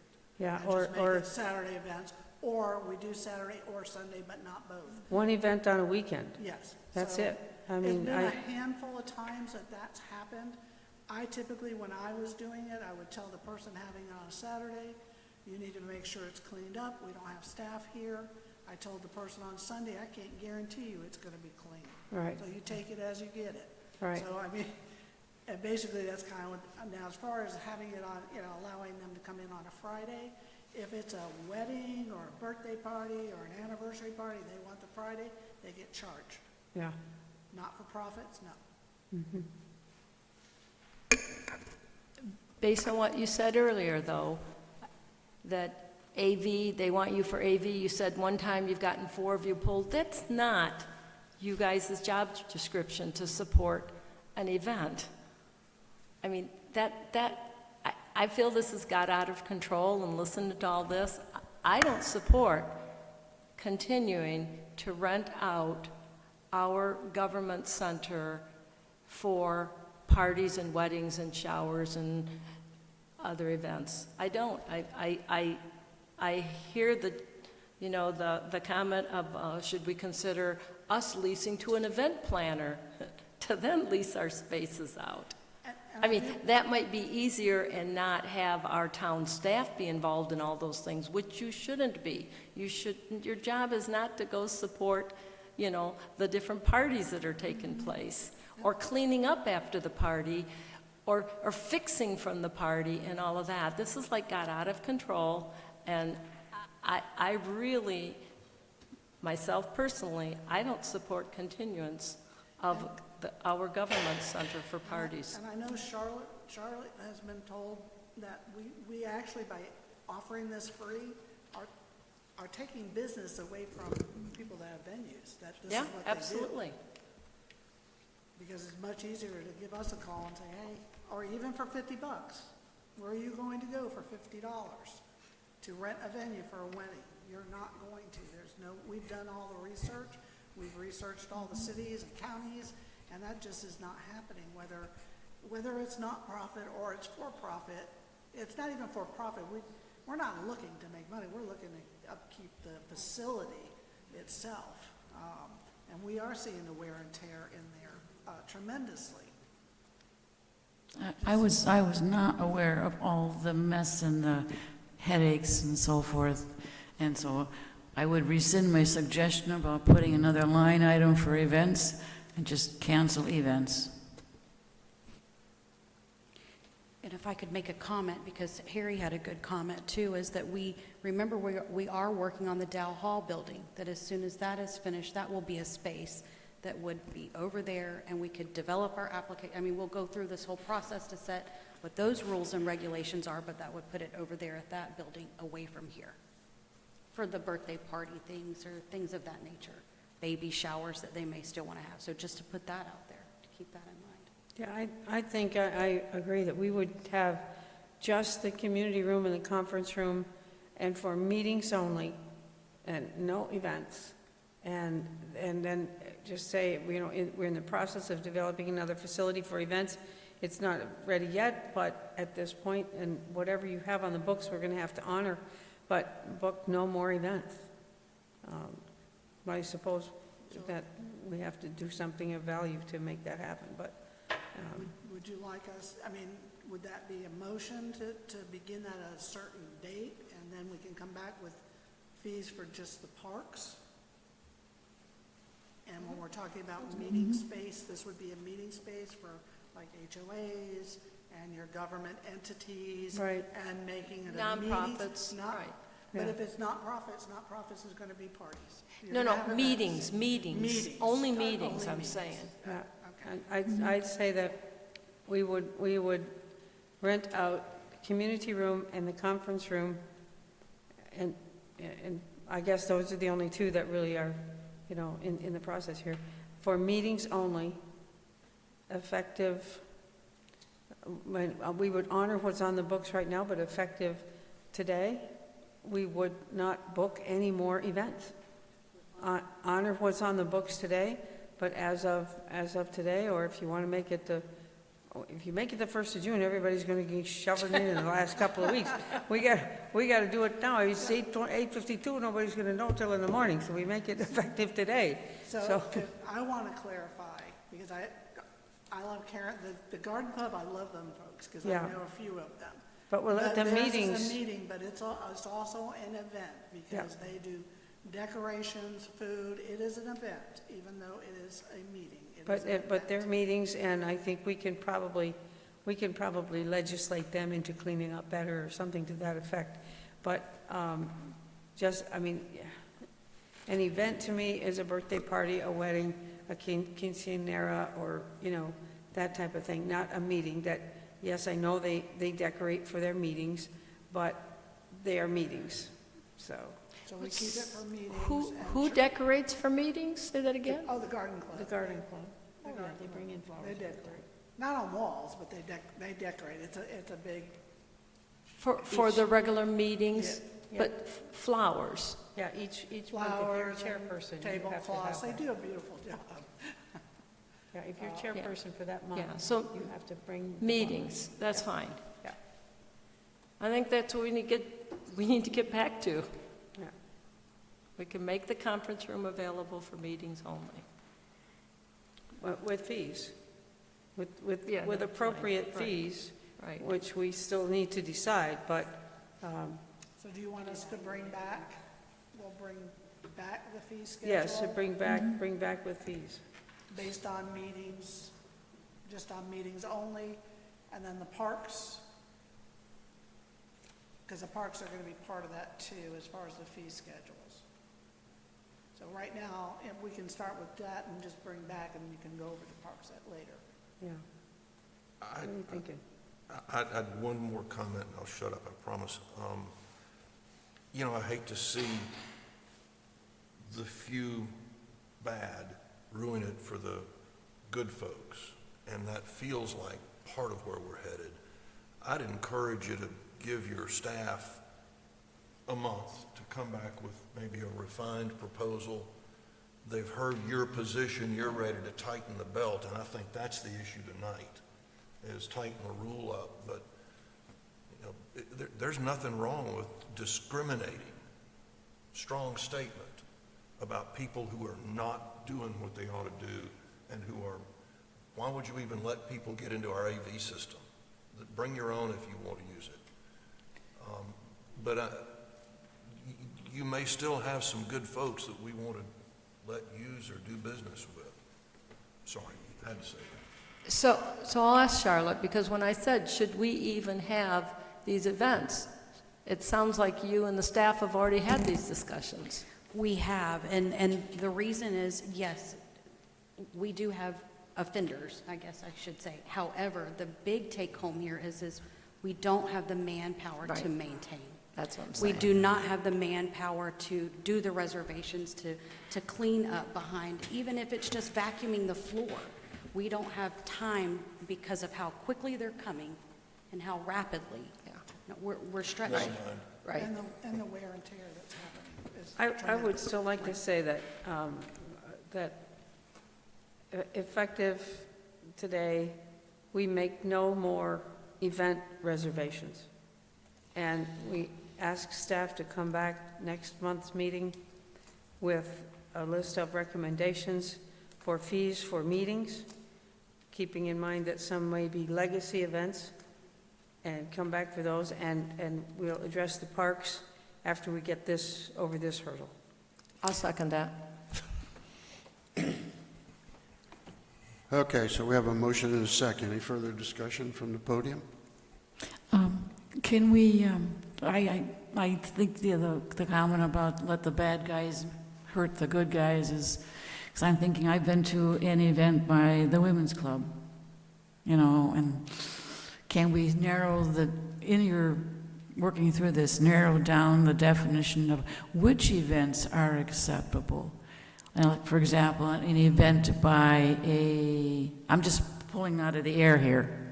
For example, an event by an organization versus an event that is a individual birthday, whatever, would that keep the good guys in good graces, like the Women's Club, and But weed out the ones that might cause the damage? So, and I hear you. Birthday parties, weddings do not make up the majority Oh. of the rentals here, Okay, just to let you know. Uh-huh. I haven't, she's been doing it recently, but okay. they don't make up the majority. Well, I'm just trying to find a way to balance the ones that cause the problems versus the ones that are nice. And then we're deciding, I mean, we can come back and Charlotte will work on something. Because, I mean, like I said, the Women's Club, I used to belong to the Women's Club. I love the Women's Club. I love Joy, all the people I know there. I just don't think we can go there, Joy. I think You that, can't pick and, I think if you start picking and choosing, you're gonna end up with a problem. yeah, because I can see, if we go your route, so my Rotary Club might want to have their annual banquet here. And what if we don't clean up like we did last time? You know, I mean, I could see that, you know, it was a hard thing. We had our meeting, and then we had to stay another hour to clean it up. So, you know, I think we need to just keep it to meetings and keeping in mind the legacies, and we've set the fees accordingly, but just meetings, organizational meetings. And if they have, you know, like the garden club, and they bring in their flowers and such, that's still their monthly meeting.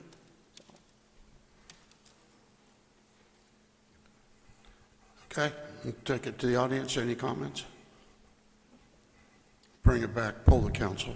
Councilmember Hayes, Yes. Councilmember Charles, Yes. Councilmember Eberhardt. Yes. Okay, we'll go to 6D1, budget and millage, proposed meeting schedule. Thank you. We have been working through our mid-year review, and we will have more information on that in the June meeting. Between May 19th and June, I will be meeting with individual department heads to initiate preparations for the 25-26 budget process. I have already met with one of our directors. We have proposed workshop dates. Oh, I apologize, let me skip back up. Town Council sets a proposed millage rate at its regular meeting, which we held on Monday, July 14th, to begin the proposed budget development process. And then we have the proposed workshop dates. First budget workshop would be Wednesday, July 30th. The second budget workshop would be Wednesday, August 13th. The third budget workshop would be Wednesday, August 27th. Then we would have final adoption dates, regular council meeting on Monday, September 8th, to adopt on first reading the tentative millage rate and the budget, and then a special council meeting on Monday, September 15th for the final adoption of the 25-26 millage rate and budget. So we wanted to make sure that you had the dates. The only challenge I have I don't have a challenge with the dates, July 30th, August 13th, and August 27th. They're all Wednesdays. I work till 5:30 on Wednesdays, and I could not get here until 6. Now, I mean, if you can start the workshop without me, that's fine, but I cannot get here until 6. Council, would we like to move that to 6 to allow Councilwoman Hayes to get here?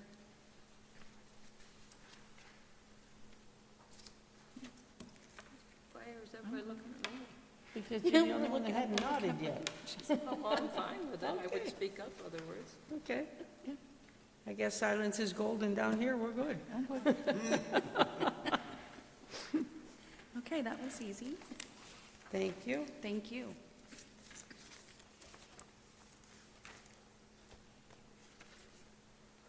Okay, we're going on. Yep. All right.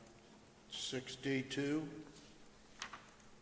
request for fee waiver, J.C.'s 4th of July fireworks. Thank you. We have a request to waive the July 4th fireworks at Lake June boat ramp fees. This request is historically made each year, and then you see the amount here. We have a refundable deposit of $150. Boat ramp area rental is $50. Lake Placid Police Services is $880. Total waiver request is $1080. And then the fiscal impact amount that we're looking at is $930. And I have to say, from someone who used to do this, that is a steal for us. Can you just break down the 880 for police services? Is that how many officers, how many hours, at what rate? I don't have that in front of me. I was going to say, chief. Officers for four officers for 4 hours at 55 per hour. Okay, because the attached form, it says 45, so that needs to be updated. The form that they filled out. The gentleman that does that used the very old form. Oh, okay. That form's not Yeah, they even in use the wrong circulation form. anymore. So I don't know where he got it, but it's not on the website anymore. Probably had it saved. Probably last year's, right? He has copies he kept in his email. He keeps filling out. I It is actually, the ancient old forms. well, I asked him to contact you to get the latest one as well, so that he wouldn't be working off the old form, but apparently we didn't.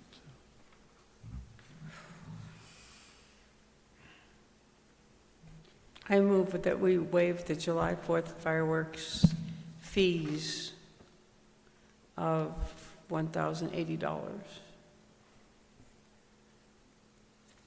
Second.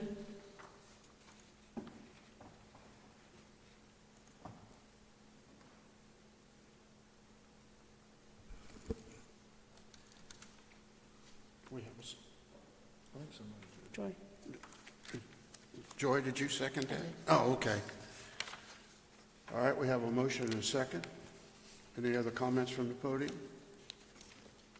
Hearing none, we'll take it to the audience. All right, seeing none, bring it back, poll the council. Councilmember Hayes? Yes. Councilmember Eberhardt? Yes. Councilmember Charles? Yes. All right, 6D3, approval of the Highlands County Lake Placid recreational interlocal agreement. This agreement is being presented on an annual basis. The town council is being asked to approve the annual interlocal agreement with Highlands County. This agreement includes $125,000 in funding from Highlands County for all of the recreational parks in the town of Lake Placid. The funding is allocated in the town of Lake Placid's budget for the 24-25 fiscal year and is specifically designated for operational expenses rather than capital expenditures as outlined in the agreement. We're seeking a motion to approve the Highlands County and town of Lake Placid's recreational interlocal agreement.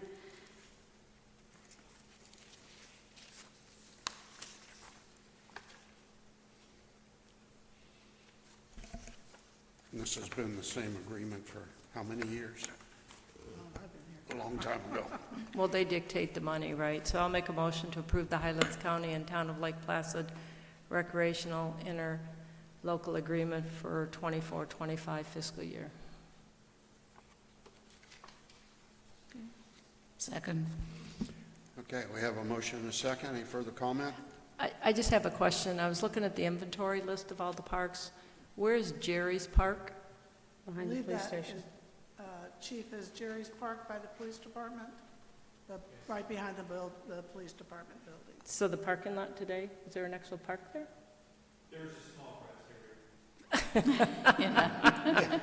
The grass area that you park vehicles on? No, we do not park on the grass, actually. We park only on the concrete and on the gravel. The grass area that would be right outside my office would be what was considered Jerry's Park. There was a time we did have picnic tables out there, but they were never used and eventually just fell in disrepair and were removed. So maybe we should eventually take it off this list as a park. And then my question is on Bishop Park, right? We own Bishop Park, but the county Do they maintain it? Do we? No, they do everything. They do everything, right? They They do maintain it and everything they for it. repair it, but it's listed on this list also. Okay. Correct.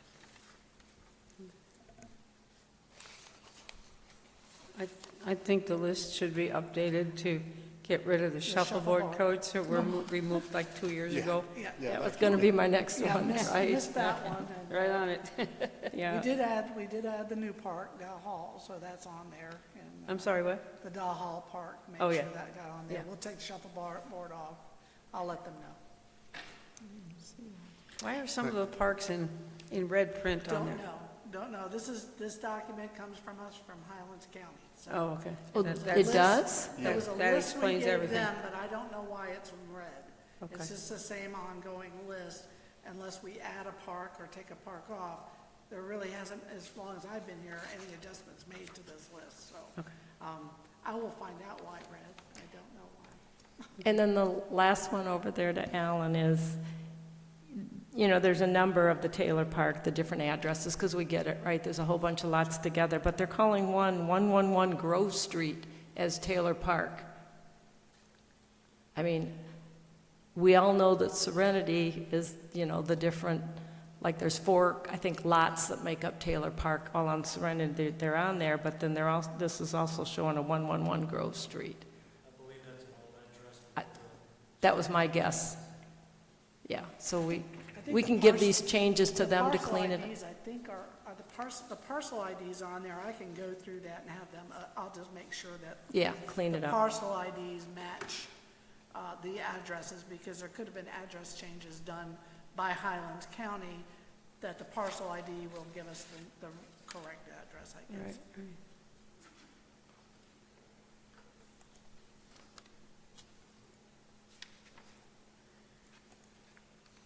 Okay, anything else? Okay, nothing from the podium, we'll take it to the audience. Hearing nothing, bring it back, poll the council. Councilmember Charles? Yes. Councilmember Eberhardt? Yes. Councilmember Hayes? Yes.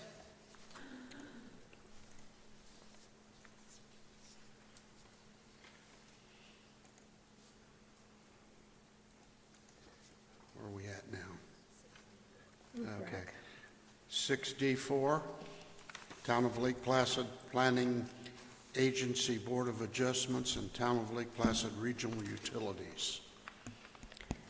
The town LPA, BOA, and LUPRAC meetings, we have vacancies that, well, there's, I'm going to not mess this up. On the regional utilities, there's 2 vacancies. LPA, we have a full board. There have been some absenteeism. I think the LPA board is probably going to discuss this at their next meeting. They're possibly looking to have council, it'll be come back to council to possibly, it hasn't really been discussed, it's just kind of what I've heard, that they might want to switch their alternates to the couple that have been absent and make them alternates and bring the other 2 to full board members. So that might be coming to you in the future to address the absentee. In the code, in their LPA Board of Adjustments code, there is a 3 meeting absenteeism clause in it. So that's going to probably be coming before you. And on this agenda, at the very end, you saw I have advertised the 2 spots for LUPRAC. So at the very end of that, and then we'll put it on the website. Okay. These have been up for a long time, and as long as I've ever been here, I believe these 2 seats have been open. Is that right? Councilmember Eberhardt, I believe these 2 seats have been open for a long time. Yeah, I know, and then there's one that hasn't been there for a couple of meetings. Yeah, so, but that was the other reason it's coming. Is this just a notice to us, or is there some motion that is required here? No motion, I think it was informational only. Okay.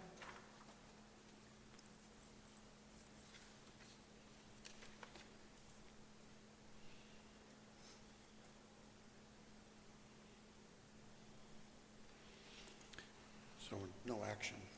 No action? Okay. Well, I guess we'll go on to 65. Town of Lake Placid request for proposal RFP for planning services. Thank you. The Town of Lake Placid issued a request for proposals for town planner services, which officially closed on March 29th. The town received only one submission from Stonehenge Land Development Consultants, led by Dana Riddell, our previous town planner, who has continued to provide services on a monthly contract basis. The scope of services outlined in the RFP mirrors the current scope under which Ms. Riddell has been operating. Ms. Riddell brings extensive experience not only with Lake Placid, but also with Highlands County and the Central Florida Regional Planning Council. Her established relationships and deep familiarity with the town's planning framework have supported efficient and informed project management. Given the absence of other proposals and the successful track record with the current consultant, staff is supportive of council consideration to formally accept the proposal submitted by Stonehenge. That has been included for you. And you also have two motions. Motion 1 would accept the proposal. Motion 2 would reissue the RFP. I was asked to obtain the information on what Mr. LaRue, who previously handled planning services for the town, what his fees were. And for 3 months of service, we paid him $23,106.25.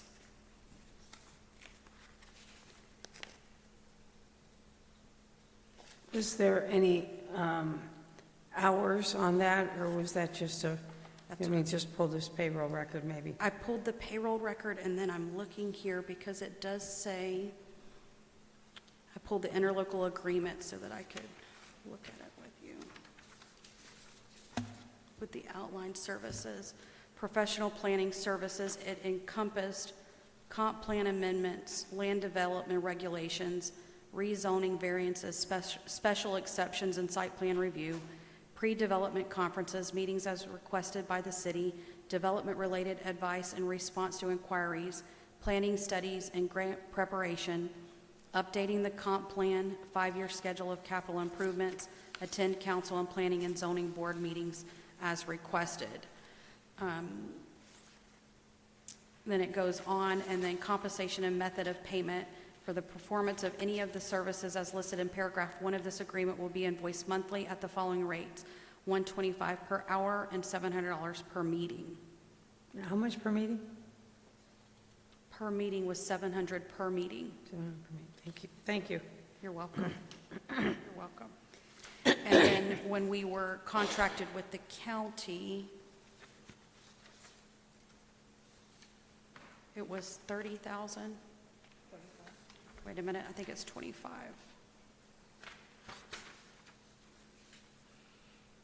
It was 35,000. We paid Highlands County before we got Mr. LaRue was 35,000. For what period of time? A year, 35,000? A year. That was really low. Yeah, That was really. very low considering the services that they were providing. Yeah. Which is part of the reason why they're not able to even explore that now, considering they have new planners who, with our LPRP and the nuances of our setup, they can't take this on right now. And what year was that? That was, this was, the agenda item on this was August 8th, 2022.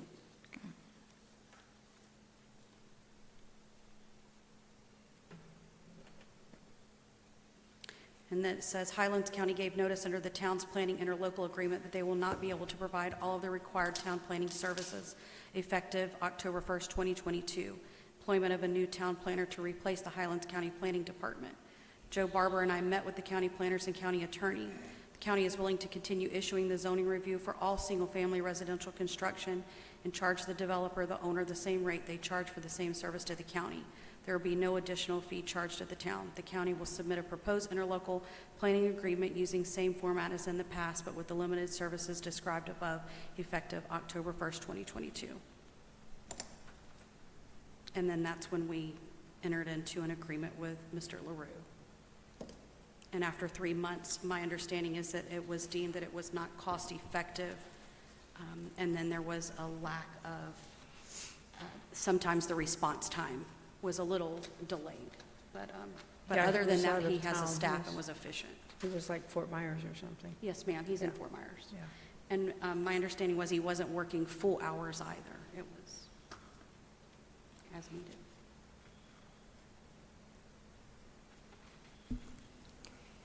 So this is a critical position for this town. I mean, the planning position with all the things that we, may have coming down the pipeline and the different things that we need to do. So $5,500 a month is $66,000 a year. We couldn't hire a planner with benefits, with the skills and the experience that comes with this company. So, and I think what you just went over supported, it's a lot cheaper than somebody we had in the past. And in this case, we have an experienced financial consultant that knows our town and that knows our county. And you can't even put the premium on what that savings would be to us, even if we found an ideal employee to hire. Then we've got to get them trained and all the things that can fall through the cracks while that happens. Or another consulting company that comes in and wants to do it. You can't put a price on experience. So I'll go ahead and make a motion to approve the proposal submitted by Stonehenge Land Development Consultants for Town Planner Services and authorize the town administrator to enter into a professional services agreement consistent with the terms outlined in the RFP. Second. All right, we have a motion and a second. Any Comment. further discussion? Yeah. Comment. So if we take Mr. LaRue's salary, which he charged us for 3 months, multiply it times 4, 12 months, was $92,425, which at the time we thought was exorbitant, and in 2022 it may have been. In this case, we have this company at $66,000, and at a simple 192 hours at $125 an hour, you will up this $66,000 contract to $90,000. That 192 hours equals out to 16 hours a month. Now, we've just asked our planner to, at the fee of $125 an hour, to go over 3 different text amendments. Do you really think we can get that done at 16 hours a month? I doubt it, but maybe we can. But it seems like everything that we come up with has got 35 pages in the packet, and it's 35 hoops that we have to jump through. And I'm concerned that I appreciate the $66,000 and what that's going to accrue. Where will this $5,500 a month occur? Will you be here? Will you be at home? Will you be working remotely? And then at $125 an hour, we have a whole lot of things to do. So we're looking at probably $125,000. So I realize it's an important position, but it seems like we had someone on staff. This someone decided that wasn't going to work and left. But now, guess what? We're coming back with an RFP, so now we can make more than what we did when we left. Just pointing out the obvious.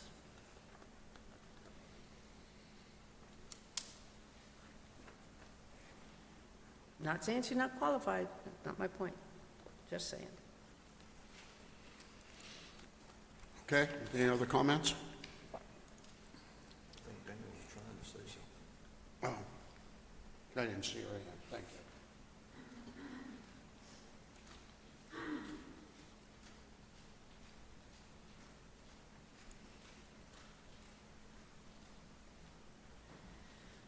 Good evening, and thank you for your consideration of my contract this evening. To address your concerns, Councilwoman Hayes, I do not intend to collect $125,000 a year. I would like to point out that without a benefits package, I am taking a loss of approximately $30,000 a year. I will be paying 10% taxes minimum on that $5,500 and bringing home less money than I did before. I had senior management FRS, so a significant portion of money was being submitted to the state. And I truly believe that what I can produce as a contract planner is more efficient and a better contribution to the town than what I was required to do as an in-house planner, and a better use of my time. I would not be attending safety meetings, budget workshops, supervising code enforcement, and I can devote the appropriate amount of time that the town deserves. Jim LaRue's services, when I looked at his invoices, it came out to approximately 30 hours a month. I'm spending 30 to 40 hours a week, usually more, on services that I'm providing to the town. It's hard to quantify some of the work that I do, which is why I provided a flat rate fee that I felt like I wouldn't be taken advantage of, and I wouldn't be taking advantage of the taxpayers either. I'm very cognizant of what our taxpayers deserve, and it has been a topic that weighs heavily on me. And I also have the opportunity to make money in other avenues through my private contracting business. So in my opinion, this is a cost savings to the town, in addition to the fact that through my contractual services, I'm able to offer technical services. I don't know if the town plans to proceed with the full-time town engineer, but the setup that we have now seems to be working pretty well.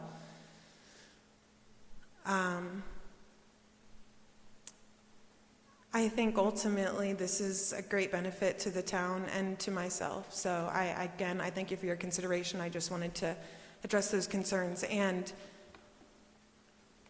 I do see text amendments as, they're going to increase my paycheck at the end of the day, but I think it's important that the town understands what they're asking me to do, that I'm not overloaded and overburdened with the flat rate fee where I'm told do all of these things, and then everyone on both sides is disappointed that they're not happening fast enough or on their timeline or in the manner that they want them to occur. So yes, I do intend to make more money as a contract planner, but not through the town of Lake Placid. Thank you. Okay. Any other comments from the audience? Clerk, bring it back. Poll the council. Councilmember Charles? Yes. Councilmember Eberhardt? Yes. Councilmember Hayes? You convinced me, yes. Okay. And I'll turn it over to the administrator for her comments.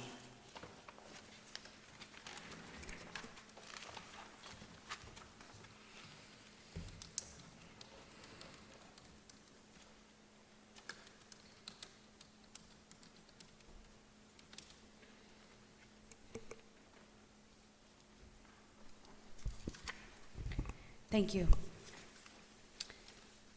So there is no more important annual responsibility for a municipality than to develop our budget. The budget is not simply a financial document. It is a direct reflection of the community's values, their priorities, and the vision for the future. As we have been preparing to conduct the mid-year review and look at the current fiscal year, we will be providing updated projections and recommendations during the June council meeting. But this brings us to a very essential question that I think has to be on the heart of all of us, especially the council. What is your vision for the town of Lake Placid? Where do you truly see us going? Outside of the comp plan, outside of the LPRP, what is the vision for Lake Placid, the town of Lake Placid? Not just the greater Lake Placid area, but the town itself. When we had LPA and LUPRAC meetings last week, one of the things that constantly comes to my mind is that if we don't have vision, then the people perish. So where are we going? Where do you see us in the next 10, 15, and 20 years? Through my recent collaborations with county officials and external partners, a reoccurring theme has emerged. Lake Placid is widely perceived as a unique, close-knit community, but one that often resists change. We are viewed as a bedroom community that does not actively support business development, and our development standards are seen as overly restrictive and inconsistently applied. The perception is that the town is very difficult to work with, that we are very reluctant to grow, and that we're resistant to collaboration. While this view may not reflect our intentions, the perception has real-world implications for investment, for our partnerships, and long-term sustainability. The absence of a long-range fiscal plan has placed constraints on our ability to be able to prepare for development and to be able to maintain properly the services that we are currently providing. A coordinated effort between the local planning agency and the utilities committee is essential. The two advisory bodies must work together to ensure that land use planning aligns with the utility expansion, especially as it relates to the town's sewer capacity and revenue generation, which the mayor posed us with taking this to both of those bodies. A regional utilities workshop has been scheduled for May 21st, 2025 to allow for further discussion among committee members. A joint workshop between the local planning agency and the utility committee is scheduled to occur during the regularly scheduled LPA meeting, which will happen in June. So what are council priorities? That's the next question. Recognizing that the town did not have a formally adopted strategic plan, I asked the town council very early in my tenure to identify the top priorities. This was essential in providing me, as your new town administrator, with clear direction and focus areas that align not only with the community's needs and expectations, but also would be able to meet our staff and where we would be able to grow and how we would be able to utilize their talents. The top 5 priorities that were identified was number 1, public safety, supporting the continued advancement of both the police department and fire services. This includes evaluating staffing, equipment, facilities, and long-term resources needed to maintain the high-quality emergency response that we pride ourselves on. Strategic planning and comprehensive plan update, developing a formal strategic plan and reevaluating the town's 30-year comp plan. Both initiatives are now in process, and with CFRPC leading the development of the strategic plan and scheduled to initiate the comprehensive plan update in late 2025. The next was the town infrastructure improvements, creating a structured road pavement plan and a streetscaping plan. These efforts will provide clarity and sequencing for future capital improvements, which will support our grant applications, which we depend heavily on, and help manage our community expectations. And parks and recreation, enhancing park development and expanding our recreational opportunities, especially those that are centered around the youth and family engagement events. This priority also includes exploring options for event programming and long-term recreational planning. Communication and community engagement, improving how the town communicates with our residents and being able to foster more consistent and transparent community involvement. This includes updating our communication tools, increasing public participation, and strengthening trust. In addition to these 5 core priorities, it's worth emphasizing that the 6th priority that was repeatedly noted is economic development. While not ranked as high initially, the need to support sustainable economic development, including attracting appropriate commercial investment and supporting our local businesses, remains critical to the long-term health of the town of Lake Placid. This focus directly intersects with infrastructure, utilities, and planning, and will require further alignment as strategic initiatives advance.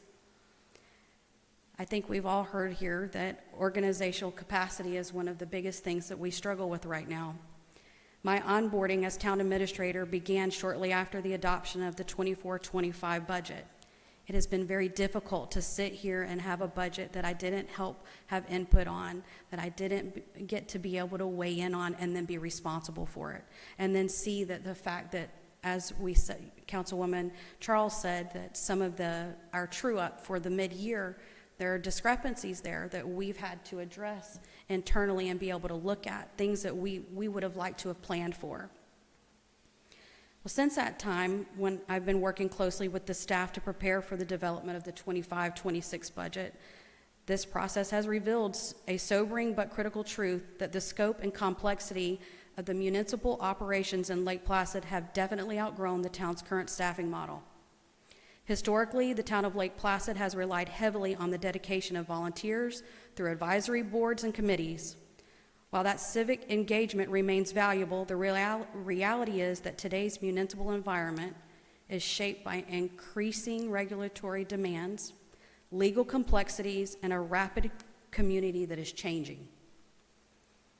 It requires a stronger professional workforce to ensure accountability, responsiveness, and service continuity.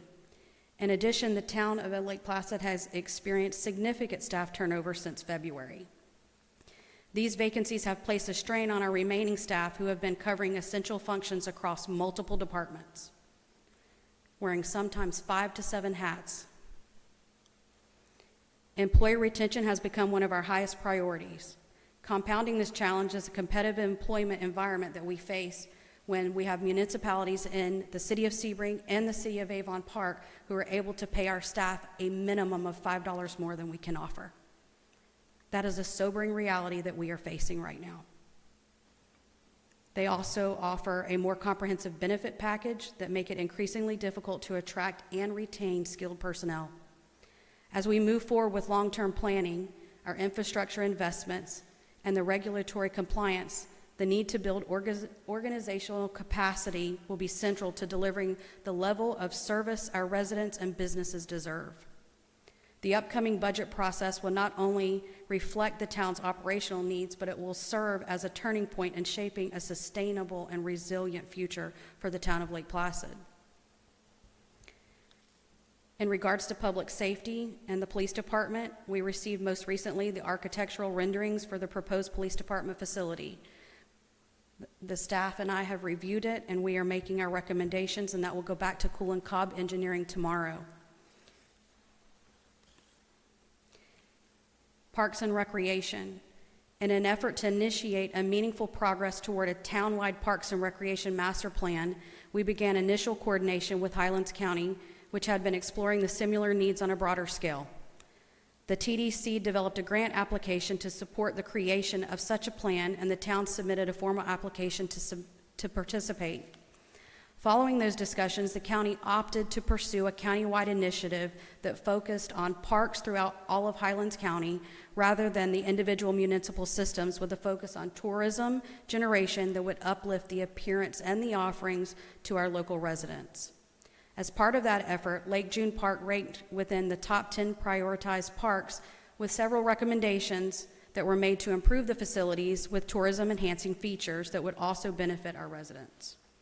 However, it's important to note that these are only recommendations, and they do not constitute a comprehensive planning document for the town of Lake Placid's park system. Because the report did not provide the level of detail or tailored analysis needed to support a long-range town strategy, this remains an outstanding need as we prepare for the upcoming 25-26 budget cycle. And I would recommend that council consider whether to initiate a formal Parks and Recreation master plan specific to the town of Lake Placid. In addition, on Friday, very late Friday, we did receive an updated quote from Nitty for the pickleball court at $239,800.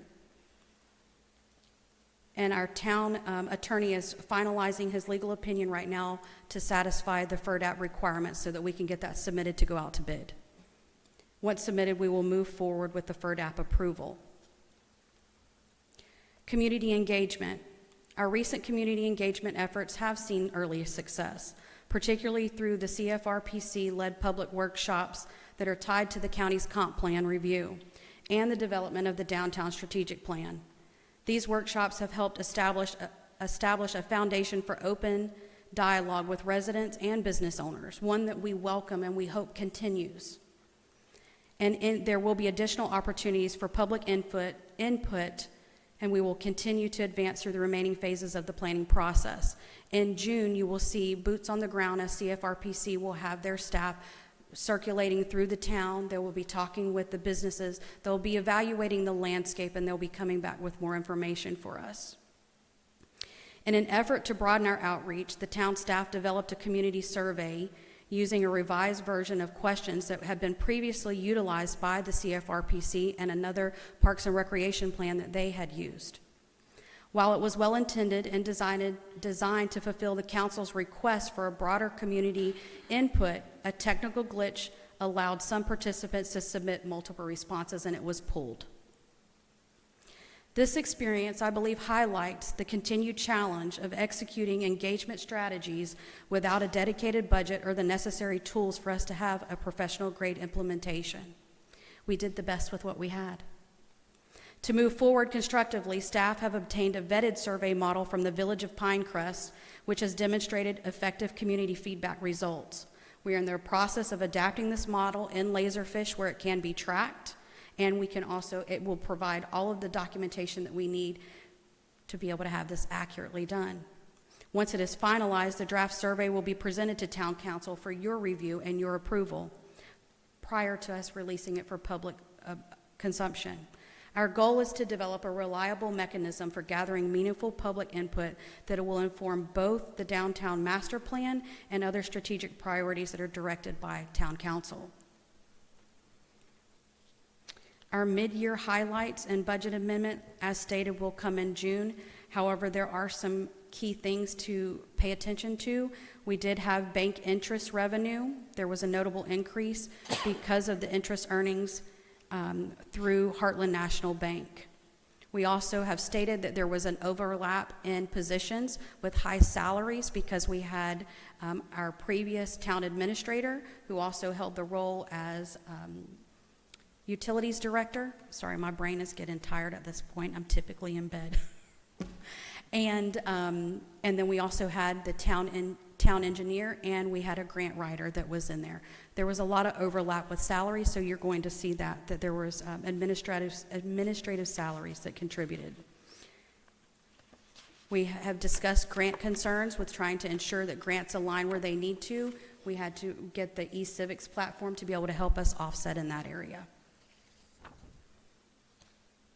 There will be additional comments that will come in the June meeting.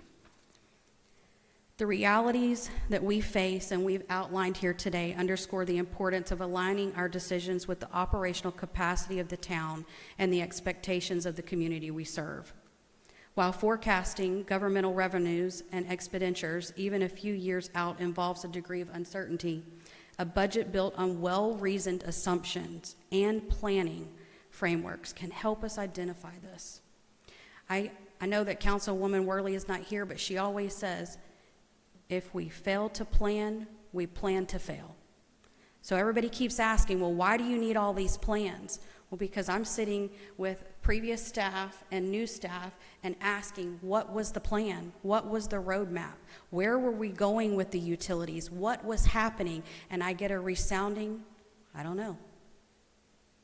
Well, I don't know doesn't move the town of Lake Placid where we need to go, and it doesn't take care of the residents that we have been tasked and commissioned to oversee and to help and to be here for.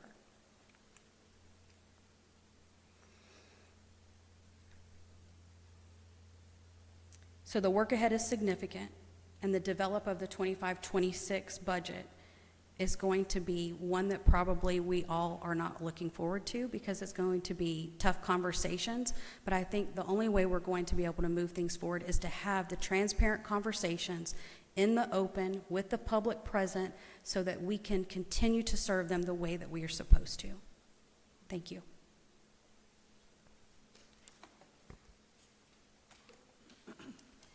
Quick question on that TDC plan that they submitted. Do we need to give them feedback? Should we have that as on the next town council meeting, at least only for the Lake June and Bishop Park, right? Those were the two. Those were the two, yes, ma'am, and they ranked in the top. So is there some like overview summary so that we can give them any appropriate feedback? Yes, ma'am. In your, I think it went out in the packet, and then I also printed a copy too. It's in there. So we can do that, absolutely. Anybody else have questions? Yeah, on that, I was disappointed I was hoping it would be a plan for all of our parks and not just those two. That's what we were led to believe. I asked that question almost in every meeting. Yep. Are we certain this is a master plan for all of our parks and not tourism? And the response was, it's going to be all of our parks. Yeah, and So, I was I'm disappointed. equally disappointed, right? Because we keep pushing out, and I've been since the second month on town council asking for a master plan for parks and recreation. So I totally support that. But yeah, that was like a big disappointment. Yeah. However, that was led to believe it's for And- all of our parks. And I was also disappointed in their recommendation. I'm disappointed that they didn't ask for town feedback. So how they came up with this master plan for Lake June Park and Bishop Park when they didn't survey anybody in the town. Because they're just looking at heads and beds. That's No, all no. they look at. No, in that one, they said that you two attended the workshop meeting to give the feedback, so that's kind of how they're setting it up.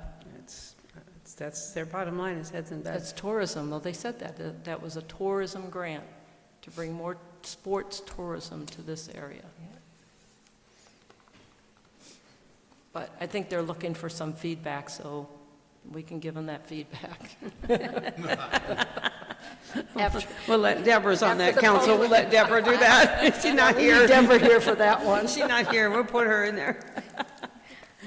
I was going to say, I think it was Councilwoman Worley and I that were part of that portion, and then Councilwoman Eberhardt and I were part of the HGTV portion.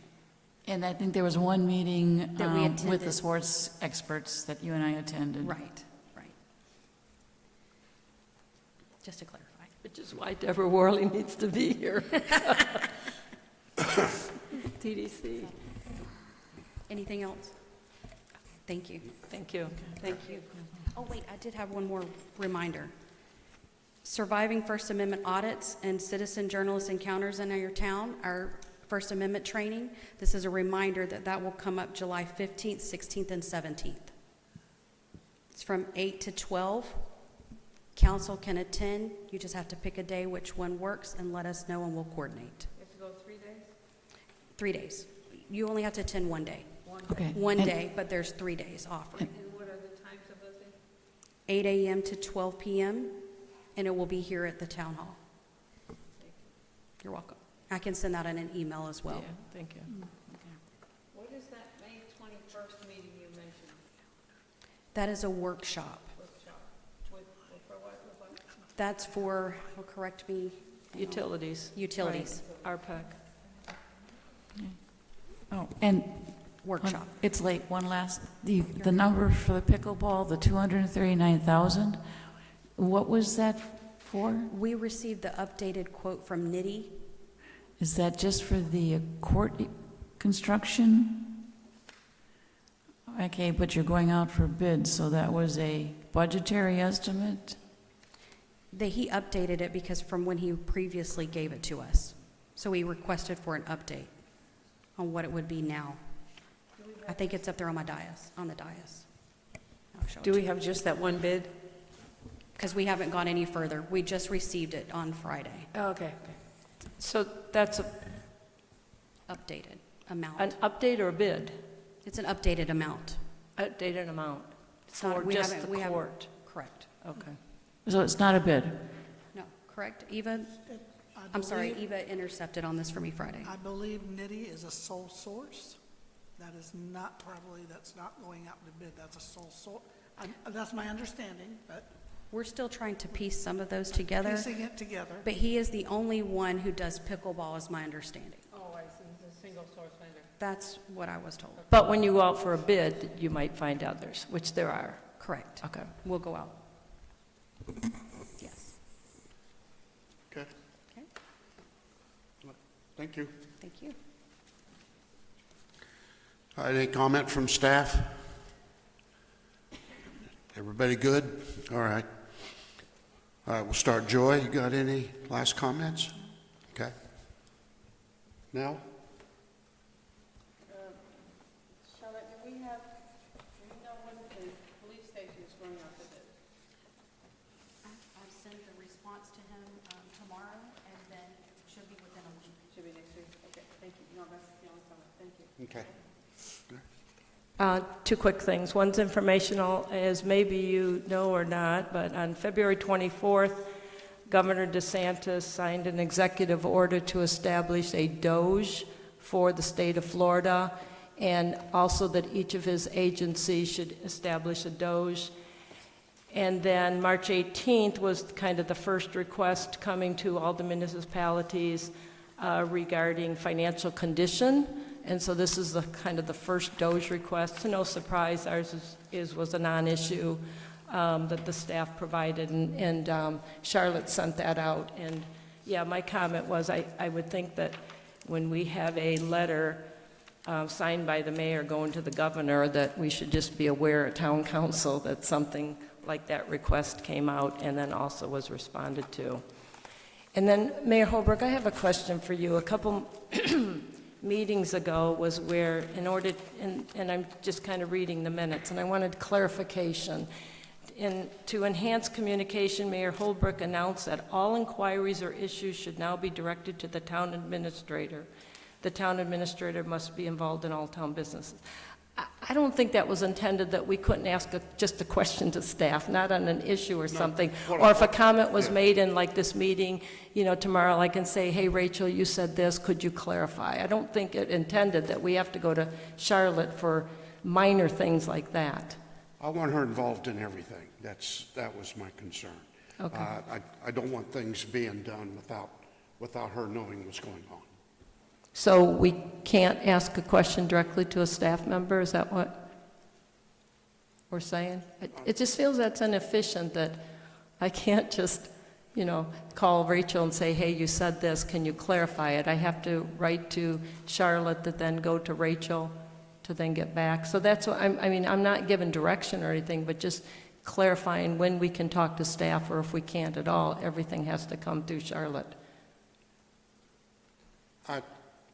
I don't, let me think about that. Yeah, I think it's kind of a judgment on, you Yeah. know, what it is. But we've had it in the past where things have happened that have gone over the before she got here, that went over the administrator's head.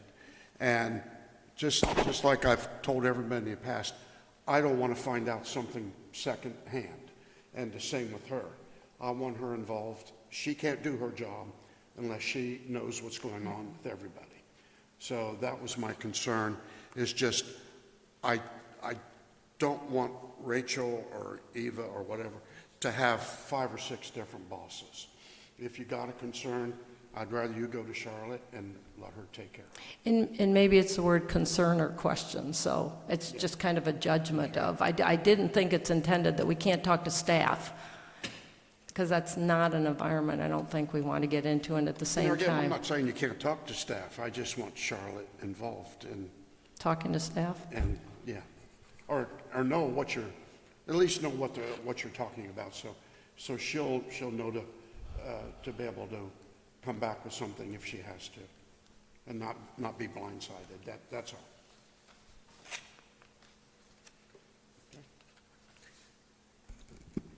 Any other comments come before council? Meeting adjourned.